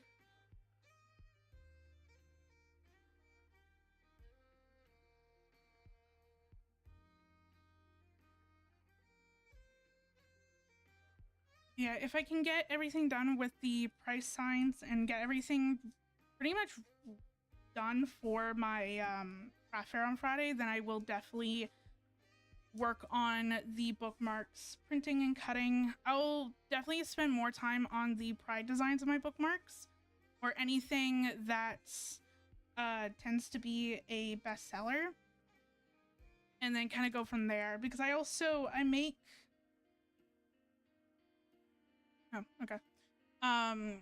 not only do I print and cut all the bookmarks, I also make all the tassels by hand.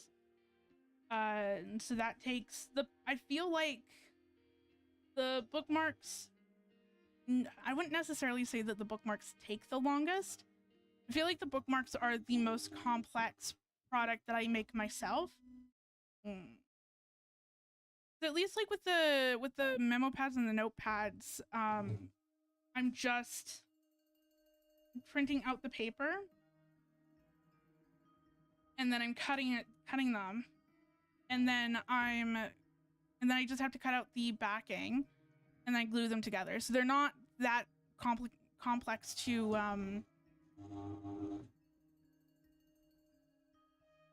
oh, why are you like this?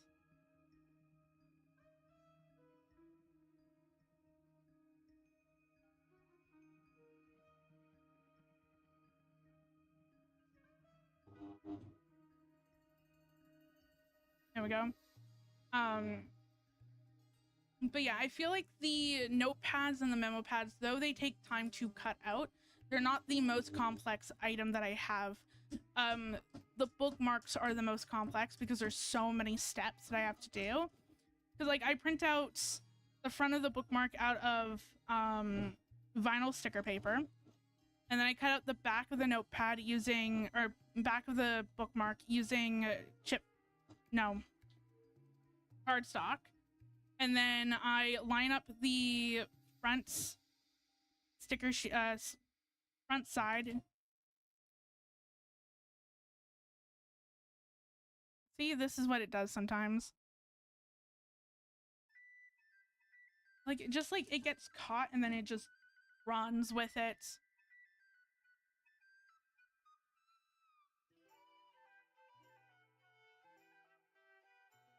There we go.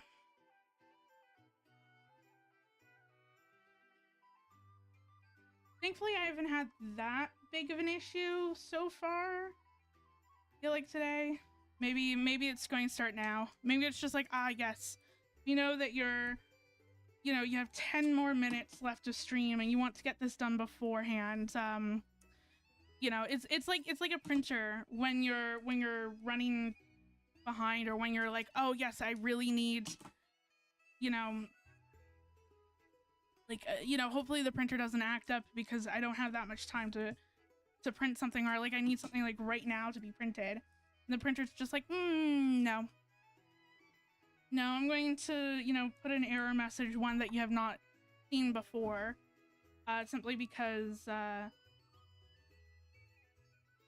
you're rushing.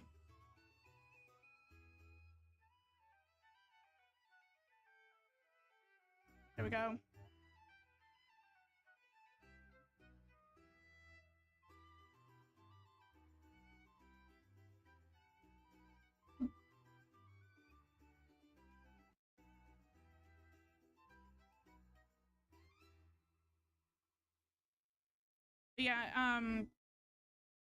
Yeah, I make all of the,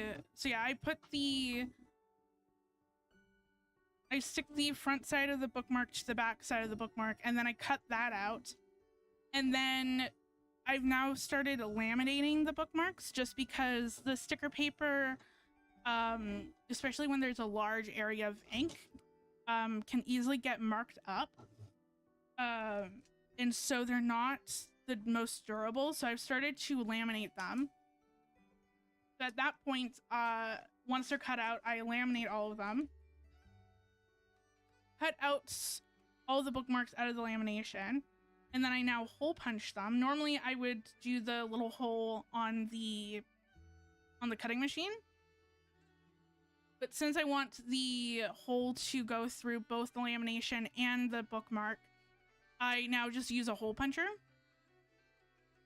And then at that point I make the tassels. So I use DMC thread, or I think it's DMC thread, embroidery thread. Cut it in half. I can make 2 tassels out of 1 bundle of embroidery floss, and then just take one of the 2 halves and just start making the tassels. And so it's a lot more. It's a lot of work, and considering the fact that my bookmarks, I feel like they definitely sell better than my notepads and my memo pads, but they don't sell nowhere near as well as my stickers. And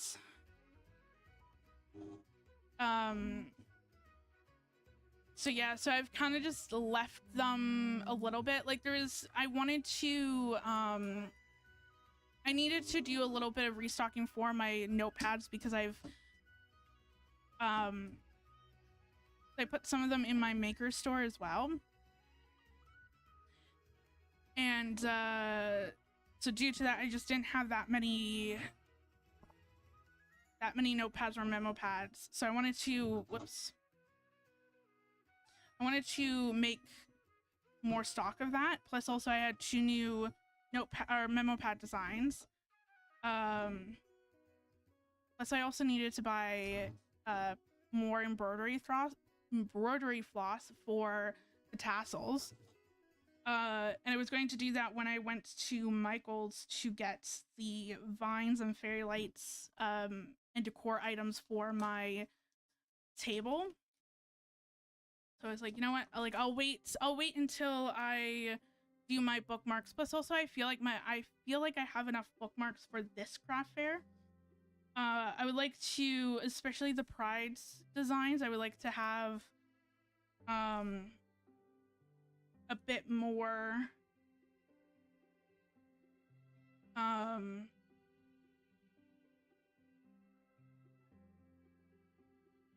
would like to have a bit more stock of the Pride designs.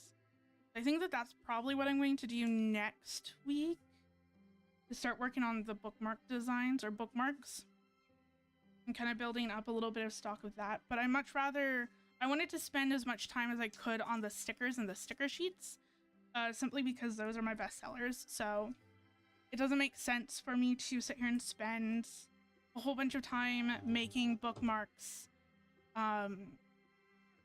if that meant that I wouldn't have time to make the stickers or make enough stickers. So I'd much rather have enough stickers than and sell out of my bookmarks than have enough bookmarks but sell out of my stickers. But yeah.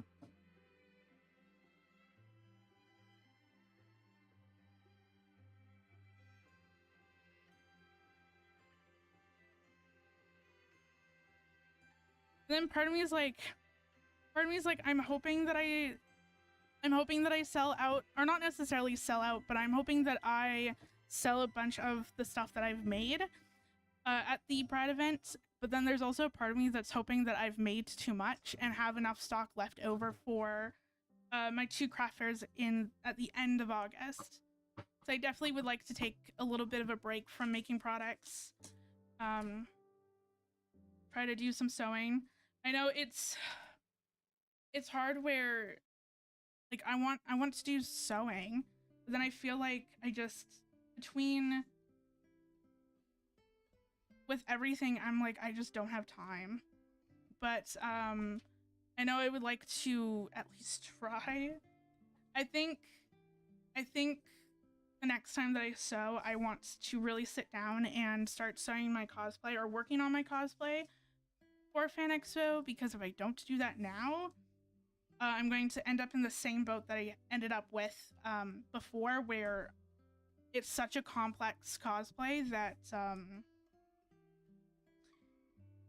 it just takes a long time to do, and I'm just not going to give myself enough time. But yeah, so there's that. Or I would like to work a little bit on my cosplay, which would be Farina. I want to rework my Farina cosplay.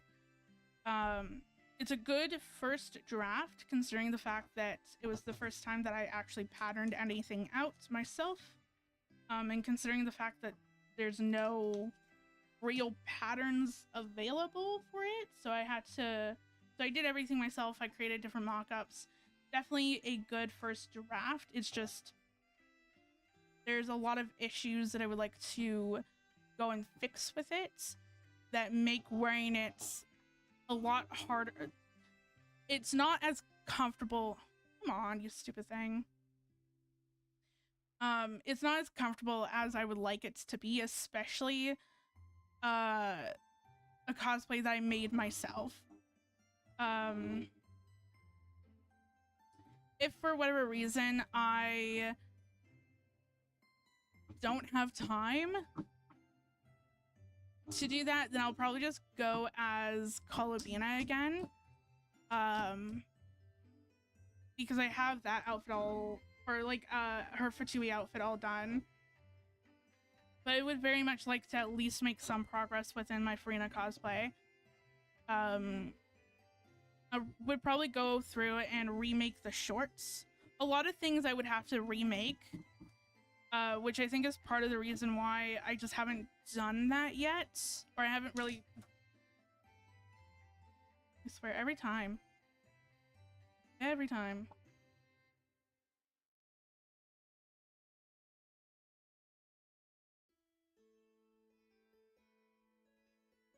Come on.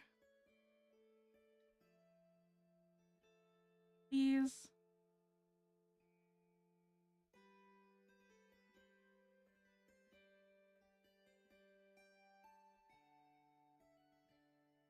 God damn it.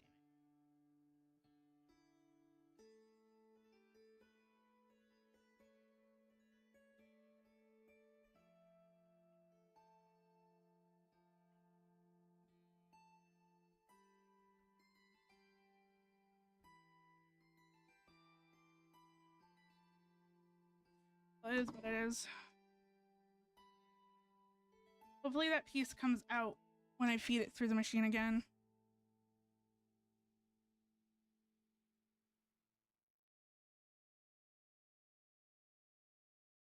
I don't have any...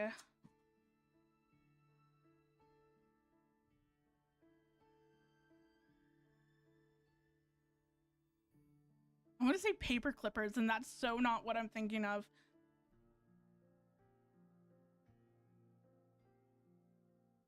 I don't know the word. I can't think of the word, but something to grip out of, or something small enough where I can grip the piece of paper and bring it out. I don't have one right now beside me.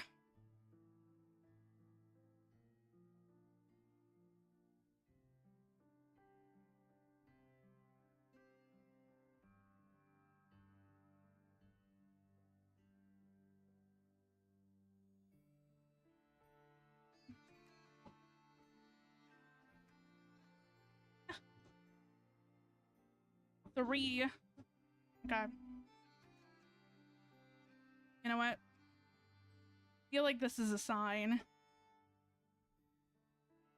It doesn't... It could also be... Part of it could be the fact that I have my overhead light on and I have my fan going. So sometimes that could screw up with the, with it trying to read the registration marks. But I feel like this is...